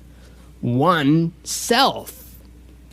And that always Jesus blew my Christ. mind. Like, because it's not like, oh, it's to know oneself. It's to know one. Yeah, it's the Yeah. self of one. And in that Law of One book, I like when they're describing infinity, and infinity is not many. Many is a finite concept. Many means like a lot, but it means bounded still. Right. Infinite is the whole. It's the whole. It's not many. It's Right. wholeness. Yeah, yeah. Because many means that there is an end. Yeah. Whoa. Even if it's a big, big, Never long even one. thought of that, but the second you said it, I was like, that fucking makes sense. Jesus Christ, Ron. And infinity is in every single point. In every like every proton is essentially a black hole. That's like, there's a black hole at the center of the galaxy, and like each particle is also that thing. It's just separate in our name of it, and each one contains all the information of the outside, which is why Bitcoin is the super like prophetic cool thing, because it's not centralized. It's this decentralized thing where Right. every node has all the information of everything else. So we're becoming Yeah, that's the receipt. It always has the receipt. That's what it was, right? The coding or mining was like that. It was just between you and the bank. And no one else could access that, but there was a receipt for all of it, right? Isn't that what it was? That someone recently really described Yeah. mining in detail to me because I didn't understand Yeah, it. every time I hear it, I have to grab onto a little bit Yeah. more of it. It's like it's decrypting something, it's doing it's- some math thing, and then once it gets the solution, one block is made. So there's a finite number of things it can make. It's not like the Federal Reserve Bank where they can print unlimited Right. money. I always thought it's very interesting that no one has access to it but you. Like it doesn't exist under anywhere else but your bank, aka wallet or whatever. Mm-hmm. Like there's no one can get to see what your wallet is. Like it's a trip. And they also have all of it. Yeah. Otherwise, It could easily just be gone. yeah. Isn't that crazy? And something about Blew up. I dabbled in Bitcoin a lot when it was back in the day. I still have a little bit, but I sold a bunch of mine to pay rent that's a good idea. when it was peaking a little while ago. I don't know where it's at now. Now it goes up and down a little bit. Yeah. I have it on my stock app, but I've stopped looking. I think I only have like 2 left. 2 whole Bitcoin? Yeah. That's a lot. Well, yeah, I got it. I'm telling you, I got it when it was like probably like 200 a Bitcoin. Wow. Like not 2010? No. 11? No. 12 probably. It was like right at the end of my college. No, it must have been 2013 or 2014 because I was So you already made some out dough in LA. then. Yeah, but that's well, Yeah, it's all over. But there was this guy, Michael Garfield, was talking about how. So banks used to be the temple of Athena. I'm probably butchering half of this or most of it, but banks started as that temple of Athena, the goddess of war, and you would put your stuff there, and then when you needed it, you would take it out, and it wasn't so, strict. I guess it was more of this ritual, like we put it here, and then when we need it for war, we take it out. And now we see that parallel with banks and being essentially just the god of war of now, and then it's. Oh, I should just put a link to the talk. That's what I do on this podcast is I describe stupid things poorly and then... Well, that's an interesting because the bank... Well, I always bring up how our entire war basically exists because money. Mm-hmm. Because we can make money selling weapons. Yeah, military-industrial complex. Yeah, most of our economy is built off weapon sales. And that money is aimed at bank.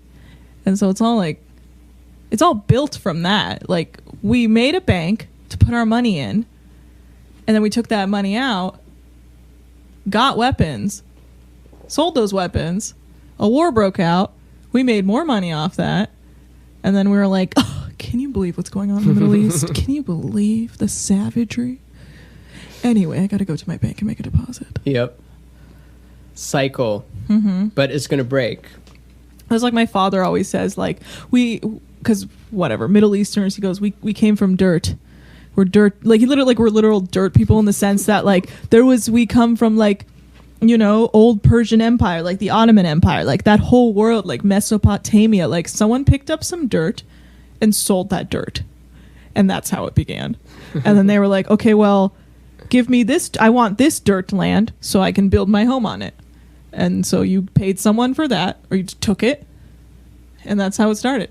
Just dirt. Literally, we picked up some dirt, and we were like, okay, I will move this dirt for you for some money. And so I was like, oh, thank you labor, so much. Not the dirt itself. No, not the literal dirt, but it literally just the ground. We came from the ground. We built our entire world just from the ground up, if you will. Yeah. Does that make sense? That's what my dad always says. It We're does, just for dirt sure. people. Someone picked up some dirt and was like, I can make something here.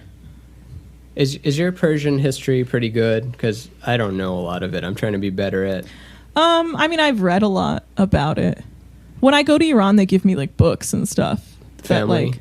Those old weird picture books. I just read about the empires. Chamonix. Yeah.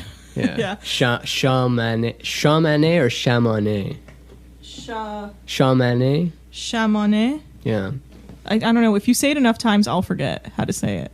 Oh, I didn't even know I had a prism there. Yeah, just picked it up. So Catherine has this crystal ball, and she left it just sitting on the table, and the sun was had it hitting it at just the right angle, and it set her brush on fire. It was cool. It was That's really smoking and crazy. it smelled like burnt plastic. That's old school. Yeah. Wow. Set her brush on fire. Yeah, if we weren't home, we could have set the whole place Yeah. on fire because there was a crystal ball and Yeah. the sun hitting the That's the like thing. something that doesn't happen very. You left your goddamn crystal ball out again. You set this whole house on fire. That's like something my mom would yell at me about or something. I just feel like she'd get upset. Like, don't put your crystal ball in front of the glass where the window is. It's like, sorry, Mom. There's always something. Yeah. I have to keep that in mind because when at my peak of doing well financially and like having all my everything together, Yeah. it was still like your bathroom. You have to make sure your shower tiles don't get too dirty or something. It's okay. I'll clean the shower tiles. Mm-hmm. Yeah. It's just a week since anything. I'm But like that's pretty, what moms do. Mom's got a mom. My mom broke me. Like, I'm pretty clean now because I can almost feel as if I'm like, well, why would I? Well, I mean, I guess I have a cat with very long hair who is very big. What's like your cat's almost name? Trim. Trim. Because he always needs a trim. Got to cut his nails. Got to cut his hair. I actually need to make an appointment to get him shaved because it's that time of the year, baby. Summer. Every summer I get him shaved. And he If, gets- if it wasn't too late, I would ask you to make that appointment live so we Yeah. have it on the sode. I don't think. Yeah, no, I don't think his vet's open. Is it? Oh, it's almost 9. Oh, okay. Yeah. Yeah. And we were he- going to wrap it up like a while ago, and now I want to stretch it so that we hit the 2-hour mark. So then We can do it. then it's 2 hours. Easy peasy. Yeah, you're a professional. Yeah. I don't stop talking. When I go home, I'll still be talking to you in my head. Zach's like, who are you talking to? I'm Oh, like, then I got to jeez. put some good stuff in there. Then you can do it. You're not bad. You don't need to be Yes, working right now. yes. You don't need to be working right cat now. hair everywhere. Yeah, that's the thing. My cat, I gave him a lion's cut. I love the line cut. Yeah, it's good. You do it his all the poof. time? Every summer I do it. Oh, So once a yeah. year I give him a lion's cut. Because also just makes my house less cat hairy for a Yeah. little bit. And he looks cool. Yeah, he's got a little poof on his tail. He's got his little neck, and then he's got boots on, fur boots. Yeah, He looks it so looks fly. so cool. I'll never Just like- forget like the first time I saw it on Yeah. the internet, and I think the joke was I asked for a line cut. I didn't know that they heard lion. What's a line cut? I don't Yeah. even know what the difference I is. don't know. Maybe like just a trim. Yeah. Maybe they want a zigzag like 90s style. What's that called? Like when you shave part of your head and you get a zigzag thing. I don't know. I used to do that with the back of my head. I used to like shave because I have so much hair. I used to just cut the back off so it would just be like the top of my hair. Like I would literally just shave this area. And then I had a friend who would like shave designs into it. Like he was an artist. Oh, that's cool. Yeah. I gotta try that. I cut Yeah. my own hair. I've been doing it for 4 years Oh, now. I do that all the time. I used to do it more. Now I barely cut my hair unless I have to. Like I just got a haircut for the first time in a very long time. At a place by a person. Yeah, by the same woman. When I go home, my mom's hair lady cuts my hair because she's Persian, so she's like used to dealing with Persian hair, obviously. And she cuts my hair, and she's probably the only person who's cut my hair in maybe like 10 or so years. She's also the only person who does my eyebrows. Oh, eyebrows. Yeah, so like no one else really touches me.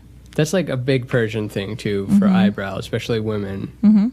No one doesn't have. She like eyebrows trained done. me how to just maintain my eyebrows, so I don't ever have to see anyone but her. It's like once every year, twice a year, basically, I go see her, and she just like threads them clean for me, and then I don't have to like touch them really. The like I know. pilgrimage. Yeah, back to my parents' place in Davis, and then Is Davis like 100% white it's or aggressively white, yeah. 95.99? It's mostly white, like outside, because it's a college town. So like my parents moved to Davis to basically set me up to go to UC Davis. It was like a mind fuck. They were like, "We're gonna move to Davis out of the Bay Area, so you can train yourself to go to UC Davis," which it worked. I went to UC Davis, like it completely worked. They knew what they were doing. They would like take me on tours of the campus to be like, "Wouldn't the campus?" and be like, "Wouldn't this be a nice place to hang out?" And I'd be like, "I guess so." Oh, look, some books on law and medicine. Yeah, exactly. And so it worked. And I'm crazy now. No. Yeah. But they like. What was I talking about? Oh, UC Davis, 99% white. Right. So parents the setting up. campus is like mostly white and Asian. But I mean, it's diverse, but there's a large Asian population that goes there. That's white. So, yeah, it's white. Yeah. But outside of the university, it is aggressively white. Yeah. It sounds like it. Like Davis. Like I know all, like when I was growing up, I knew all the Persians in town. Like I knew who was the Persian. Even if I didn't know them that well, I like knew of them. I'm like, oh, well, that's the Persian family. In Texas, I don't think I knew a single other Persian person. I don't think there were any. Where in Texas did you Lake grow up? Jackson, Where is that? south of Houston, like an hour. Is it nice? It says lake in the title. No, it's not nice, but I have fond memories of friendship and Okay. memories and stuff like that. Why but do it's you not say like it's not nice? Well, I mean, here is nice. There's palm trees, there's hills, there's nice weather. Like, is it mostly country? There's like a petrochemical plant. There's, there's the mall. It's a small town, so it's not like the people are nice, but it's a small, like, quaint town of places. But on the scale of, I could say nice. Like, yeah, of course it's nice. Is there a lake like, there? No, there's no lake. Well, that's misleading. Yeah, that's the part of it. Why'd your parents go there? Jobs? Yeah, Dad's job moved, and we moved from Canada when I was 11. Where in Canada were you? Edmonton, Alberta. Okay. Did you like it there?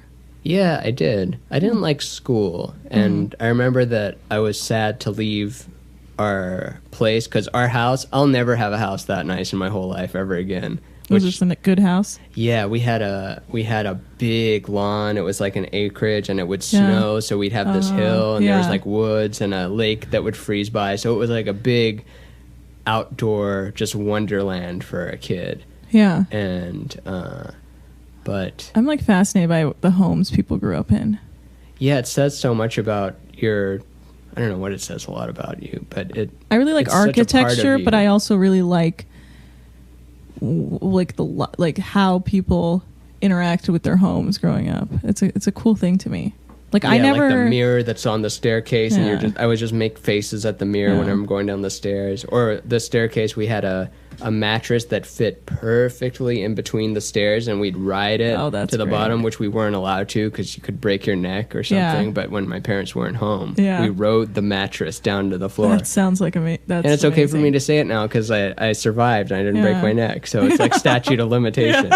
Yeah, your parents listen like Rami. Isn't that crazy? I can't kill myself as a kid anymore. I can't get molested as a kid anymore. Like I beat that part of the game. Yeah, you're I'm out of that safe. club. Yeah, you can't damage me in that particular way anymore.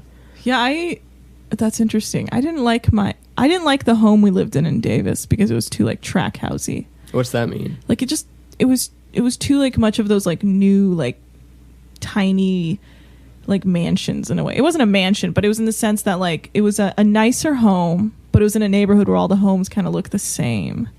Like they all had that kind of like 4-bedroom, 3-bath vibe, 2-story. The cookie cutter, yeah. Yeah. Like the neighborhood was nice and our street was nice. There was a lot of variety, but like it still had that vibe. Like it was just kind of like, Yeah. all these houses in my mind are the same. They're all like upper middle class families who are like, oh, honey, Yeah, I don't like the conformity part. Yeah. I love here how every house is its own unique wonderland house, and you'll see it if you go on Craigslist to get furniture and you go to someone else's place. You're like, I didn't even know that this place existed. And you go down this little staircase and you veer left, and their living room is like 3 feet lower than the rest of their house, and just everything is. Yeah, I lived in a really kooky. weird house in LA for a while. It was my friend's mom's house, and it's like this older house, and it kind of looked like this little castle, but it was also it had all this crazy tile because it used to be owned by this weird Spanish artist back in like the 70s before his parents bought it, and it's like so weird, and it doesn't have like an open plan, whatever. Like every room has its own door. Oh, like that's it's like claustrophobic. It is, but it's not. It's like it works because every room is very big. Okay, But then it's good. interesting, and like the door is like this giant wood door that like you have to pull and stuff, and that's like the front door, and that was like really cool to me because I was like, what would it have been like to grow up in this house?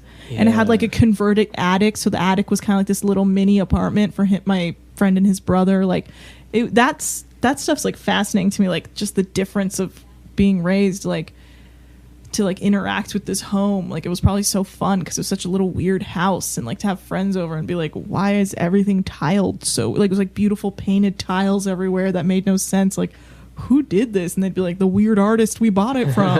And there'd just be like a weird wine cellar with all this wine still there that they never took out of there because they were like, no one wanted to bother with getting rid of all this wine. Like, that's basically vinegar at this point. Or worth millions of dollars. I doubt it. How does wine work? Because it becomes vinegar, or it's worth a lot if it's old? It ages past a certain point and it's great, but if it continues to age, like thousands of, I don't know. If it's not maintained, I think it just goes to shit. I don't know, really. My dad is a big wino, but I don't know.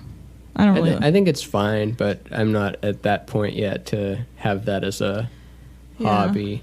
And it tastes just as good. I feel like the $15 one is just as good as the $100 one.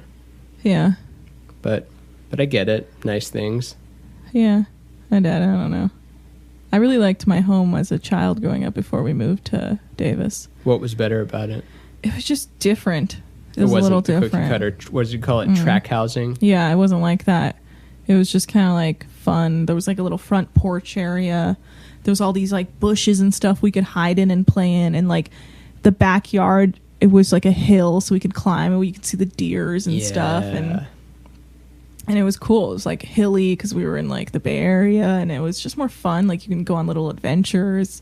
Like here is just it's just suburbs. Like when we moved to Davis, so I was like, well, if I just walk that way, it's just more houses. And there's no landscape to have an adventure. And it's like, then if I go that way, it's a strip mall. The only thing those are better for is Halloween. Like I remember going to friends' houses for Halloween. Like, wait, the houses are all next to each other, so you don't have to have your parents drive you across town to get an apple or something. And then you can't even eat the apple because on the news they would say that they put razor blades on it, which that's brilliant, but it's sinister. Is that what it was like in Canada? Yeah. What was it like? What was your house like in Texas? It was 2 stories, and it was next to other houses. It had a backyard that had a river running through it, that sometimes there'd be alligators and water moccasins and stuff, so we weren't really going near them. Or those big banana spiders. So we didn't really go outside alligators, that much. that's crazy. Yeah, and...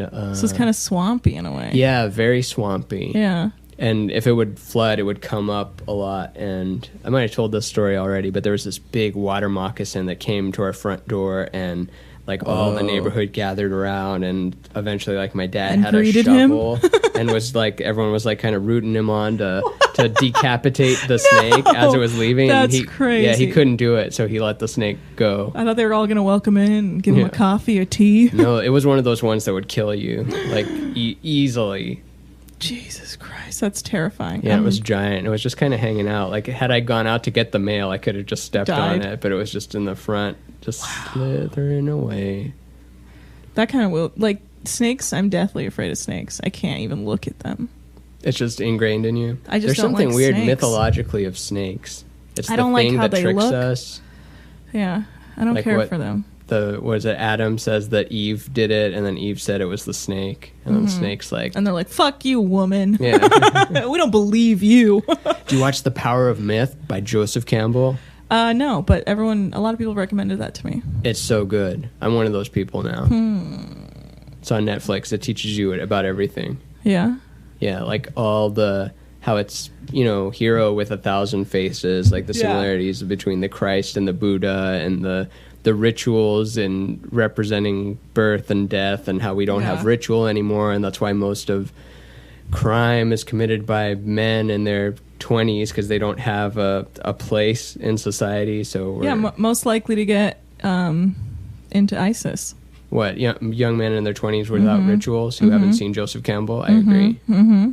That's like a real thing I experienced. I always knew about it because of the media. But then when I was coming back from Iran on the plane, I was like really scared when I was finally coming back, like a month later after the travel ban had happened. I spent like a 13-hour plane ride, like stressed, being like, well, goodbye, sweet world. I didn't know what was going to happen. But they like came through with the list and pulled all the like 20-something brown dudes off the plane first. And I was like, damn, and those are the dudes that they automatically assume would be most likely to join ISIS or some sort of other terrorist organization. It was like very real in that moment where I was like, yeah, because you're young, and they don't know your background, so they don't know if you're like inclined to become an insurgent or something. I don't know. That's just very crazy to me.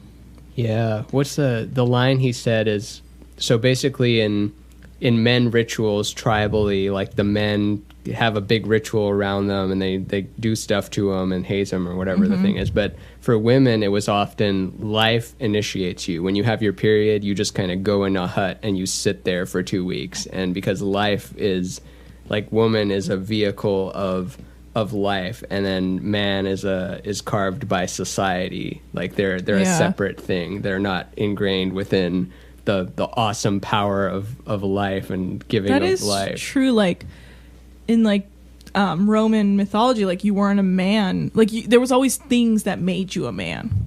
Like you weren't a man till you slept with another man. Like, do you remember that was like a whole thing for a while? Now it's like, hey, he's gay. Like it doesn't make any sense. Like back then, it's like, well, men loved men, and that was that. You weren't a man till you could appreciate another man's body. But that was like a thing. Like it's like, or you could just become a man because. Yeah, because you would just are one. Yeah, because you're forced to. Do you ever see Andy Haynes' joke about, like, I feel like I'd be so much more successful if I didn't spend most of my time in school proving that I wasn't gay. Yeah. And I feel like now if you came out, it'd be like, oh, I guess that's just part of my journey now. And then they immediately start coding. And just so much of his time is like, no, I'm not gay. I don't like this thing. That's real. If we let go of all sort of like pretenses of like gender and sexual orientation, then we'd all just be succeeding, I think. We wouldn't be. Yeah, that's the thing is you spend so much of your youth worried. Yeah. What do they think of me? And then they don't exist anymore. What will become of me? Like those people don't. No. Those people that in our head we're still trying to, or I don't anymore. And they're all out. They're all super gay. They all came out. That's the craziest thing. Every last one of them. Yeah. They are all out and happy and proud and comfortable with who they are. And they were bullying you. That's crazy. Yeah. Not literally, but you know what I mean. Oh, yeah. That's the thing is when you realize, like, why was I so worried about what everyone else was thinking when they were already themselves worried at what everyone else was thinking? Because we just couldn't do that yet. Yeah. Our little brain, little high school brain. What is it? Like your frontal cortex isn't fully whatever forming until you're 25. So you're not a complete you just don't thinking know. Version of yourself yet. You just don't know. And I always wonder if I like destroyed that by like doing too much like LSD. You did a lot of LSD in college? Yeah. Or high school? Mostly college. College and like out of college. I was doing a lot. It was crazy. It's a fun one. It's real fun. And it's so easy to take. And I always felt like it helped me explore the deepest, darkest like corners of my brain without getting anxiety about it. Because I would just be high and be like, oh, that's interesting that I feel that way. Yeah, you're separated from it. I'm like, oh, that's where an insecurity stems from. And it was always like this weird therapy that I would always tell my like therapist about. And she'd be like, okay. But I'd be like, you'd be crazy. I learned some weird shit about myself. Was she not down with psychedelics? No, I think I was just doing too much.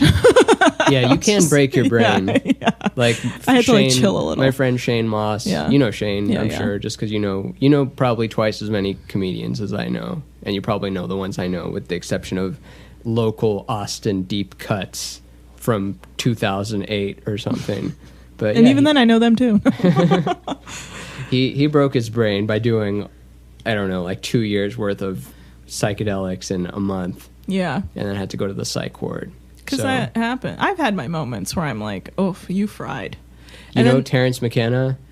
No. So Terrence McKenna and Dennis McKenna are these two brothers that Terrence was really good at giving talks on psychedelics and philosophy and the meaning of everything. And he's just so smart and good. He's dead now. But his brother, during one of their psychedelic trips in the Amazon, he had gotten so loaded that he could not be in a room with other objects. Like, so if you were to enter the room with him, like, you had to have all your clothes off, and it wasn't even a sexual thing, just it was a separation from objects. And so far to the point that there was a window with a windowsill, and he had like thrown the window and windowsill out the window because that counted as an object. He was that far gone. It took him like 6 months to come back from That's crazy. From that separation of. I've not gone that far, thank God. Have you lost your identity? Like, you forgot who you were in the trip? No. I've taken up to 10 hits at once. I've gotten like far deep in where I would like, I mean, like I got really good at doing it after a while. Like I could take 10 hits and I could walk into a room, like a party, and be like somewhat okay, but be like fucking out. Like be weird, but like not enough where someone was like, oh my God, she's losing it. Like it was just always, I got very good at maintaining my outer, and that was because I like to do it so much that it got to a point where I was just doing it so much that I would have to go out in public. You know, I'd have to go do things. Like I drove cross country on it once because like I had to just stay awake for a drive. So I just took some acid. Oh, damn. And like just drove through like New Mexico and interacted with some weird people. And I'm sure I was probably weird to them. Were you not like paranoid of not just police, but just being in your car? And No, but that's the thing. I knew I could get away with, like, I knew I could be normal enough when the time came. That was the thing. I got very good at doing it. So I could do enough where I could, and that's what thing is, like when you tell your therapist that, then they're like, okay. Because it's not like, that's not even something, today I wouldn't do that because now I'm like older and just like don't have the energy to even have to try and hold up these like, you know, boundaries of like, I'm completely okay, but inside my mind, I'm fried as fuck. Like I'm tripping. But no, I was able to, because I knew I could get through it because it was almost as if the road, I was like, you just stay between the two lines and you drive straight. And Yeah, that's an easy you maintain game. a speed. And that's it. And then I just stay awake because I'm high on acid. And then I listen to really weird radio at night in New Mexico, which gets weird at night. Late night radio in New Mexico, let me tell you. Oh, I get to see it in a week. I'm going to a wedding there. I'm going to try it. Listen to it. It's a lot of like, there was this like Native American radio station we were listening to where they were describing the concept of creativity, which just blew my mind. I was like, whoa. Like in-depth discussion of what creativity the word means, like contextually and out of context. It was just crazy. I was like, what are we talking Can you about? remember any of that? Not I mean, too much. there's unlimited descriptions of it. I mean, you could describe it endlessly and never run out of descriptions. Because I mean, that's what it was. They were like kind of just, each person was taking turns describing what it meant to them, and then they were like getting into it on this like next level. This was, I want to say, I did it when I was like 21. So this was almost 7-8 years ago I did this. There was also this thing, you know, when people go missing, certain family members, especially near the border, because of either like cartel stuff or just like border stuff where they try and cross the border and they get picked up, or just their family never hears from them. So like they don't know what happened to them. If they got caught up in trafficking or something, they call the radio and go like, hey, so-and-so, just want to let you know, thinking of you, in the hopes that they might possibly hear it. So there was a whole show dedicated to that. Oh, crazy. So I was listening to this show where all these people were calling in to lost loved ones that they didn't know where they were, and just being like, hey, like, Steve, miss you, just so you know, your son and daughter or whatever, like, are thinking about you, your wife's here. So this whole, like, I was so deep, like, all these people are missing, like, they're all gone to families, don't know where they are. And like, that was some that shit really fucked with me, because I was like, damn, this world is big, dark. Like, I'm driving like in New Mexico. I was with a friend who was also on acid, because she's like, well, if you're doing it, I'm gonna do it with you and stay up, because I would hate for you to like be alone while I'm sleeping. Like, and it's yeah. worse at the end when it's worn off and you're just kind of awake, and not focused, awake, ready to be productive, but just like, I guess I can watch stuff. I guess that's what I can do, because it's depleted whatever your serotonin. It was funny, yeah, because you're just like brain dead.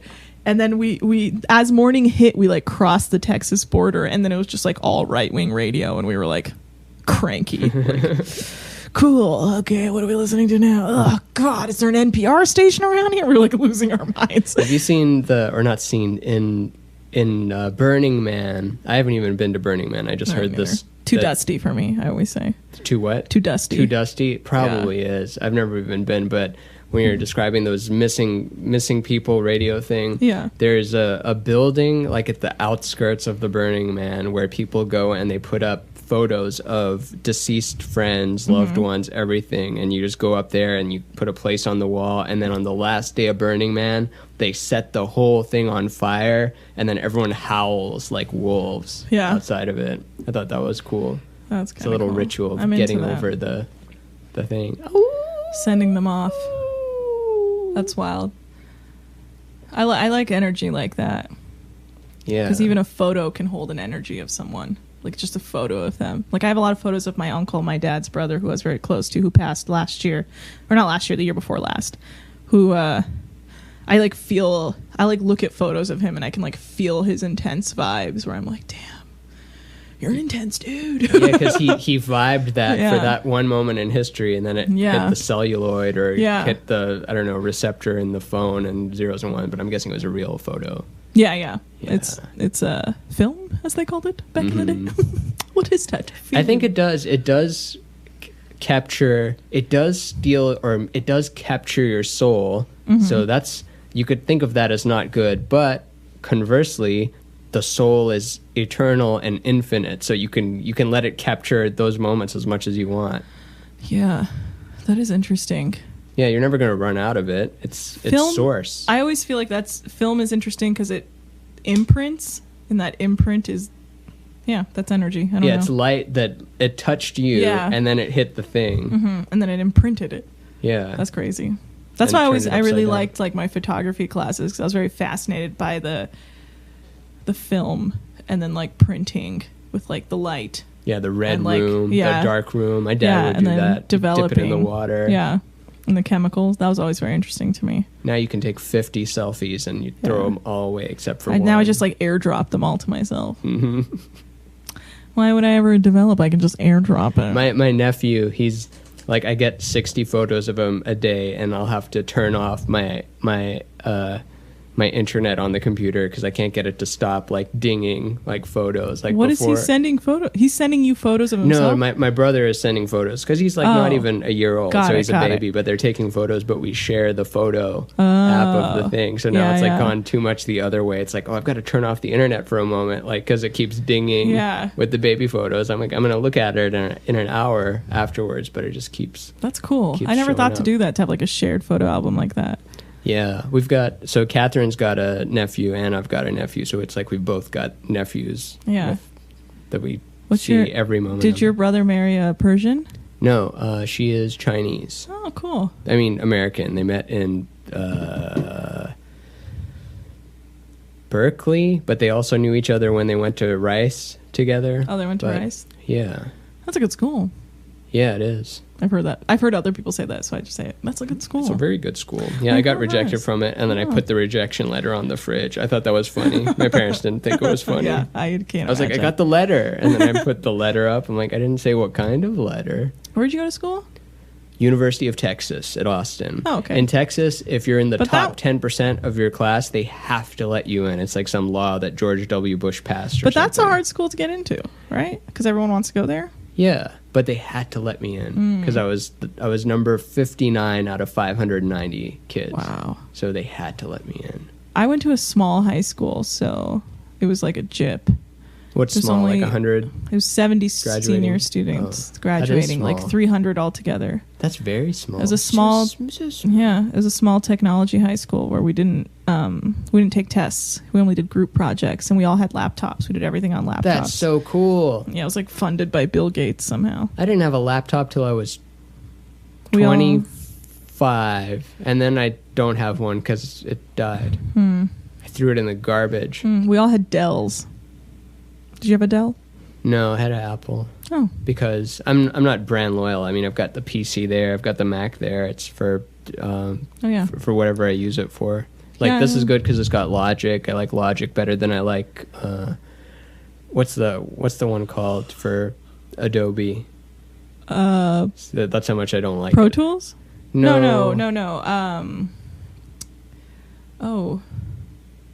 For $500, paid in increments of 1 cent each year.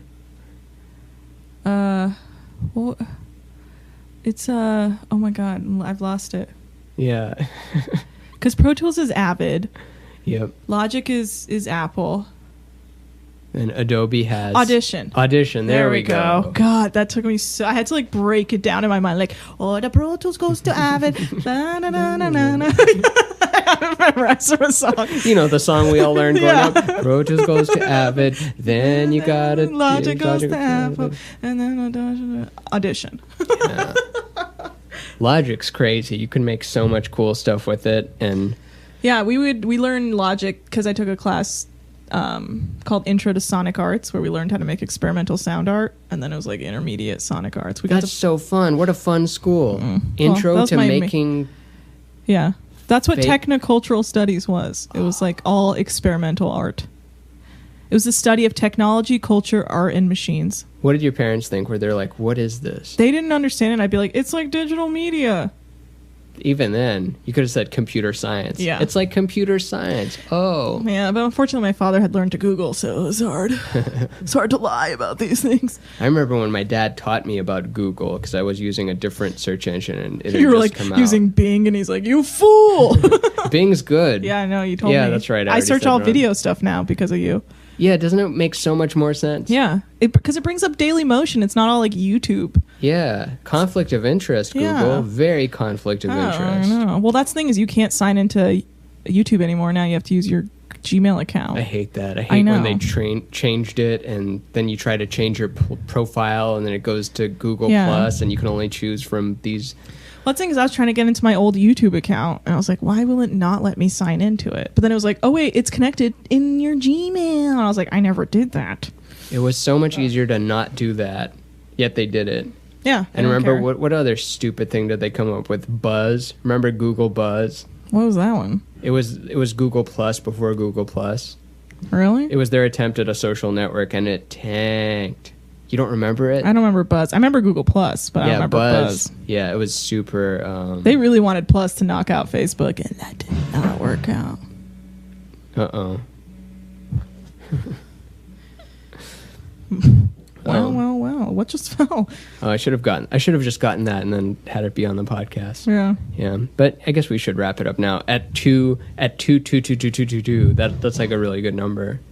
And I think Yeah. that Zach and Catherine are dead, Destroyed. buried underneath some pots and pans outside. Yeah. So this has been a fantastic episode. Thank you so much for having me. Oh, thanks for coming. And where should people find you? I'm running through my head. Did I forget to do things that I do on this podcast? We did the 10 seconds of silence. I asked you about death and tarot and stuff. And oh yeah, are you satisfied with the things you were doing, or are you like, you know what? I told myself that I was going to write this thing, and I haven't found the time to write it. It seems like you're doing all the things you like to do. True, but I do like to write, and I would love to write something one day. Well, I don't know what. I don't know. Maybe a book. Maybe not. Yeah, then you're good then. Yeah, I Or do like writing. Do you struggle with motivation at all? Yeah. I feel like once I get set in a mindset of like I need to work on this because I'm being paid for it, I struggle to focus on things that I'm not being paid for. Oh, yeah, I feel that one. Yeah. Or sometimes the opposite. The paid for ones, it's like, oh, that one's I'm only doing it for the money. So. Yeah. Well, that stuff I leave to last minute. Yeah. Oh, but where can people find you? Oh, yes. I like that I just throw that question. It's like, oh yeah, do you struggle with life at all? Oh, fascinating. So where can people find you? Yeah, where can people find your depressed shark ass? I'm on Twitter. That's your number one? Yeah, I mean, I have an Instagram, but it's private. I'm not very comfortable with people following me on it. I just I'm terrified of everyone. I still have that feeling of please don't look at my photos. They're private and I don't want you to judge my life. That's interesting. But Twitter, That's the normal way to be. Everyone Yeah. else has just changed. Yeah. Photos I like to keep private, but that's also the thing. I want to be able to post whatever and not feel any sort of anxiety about it.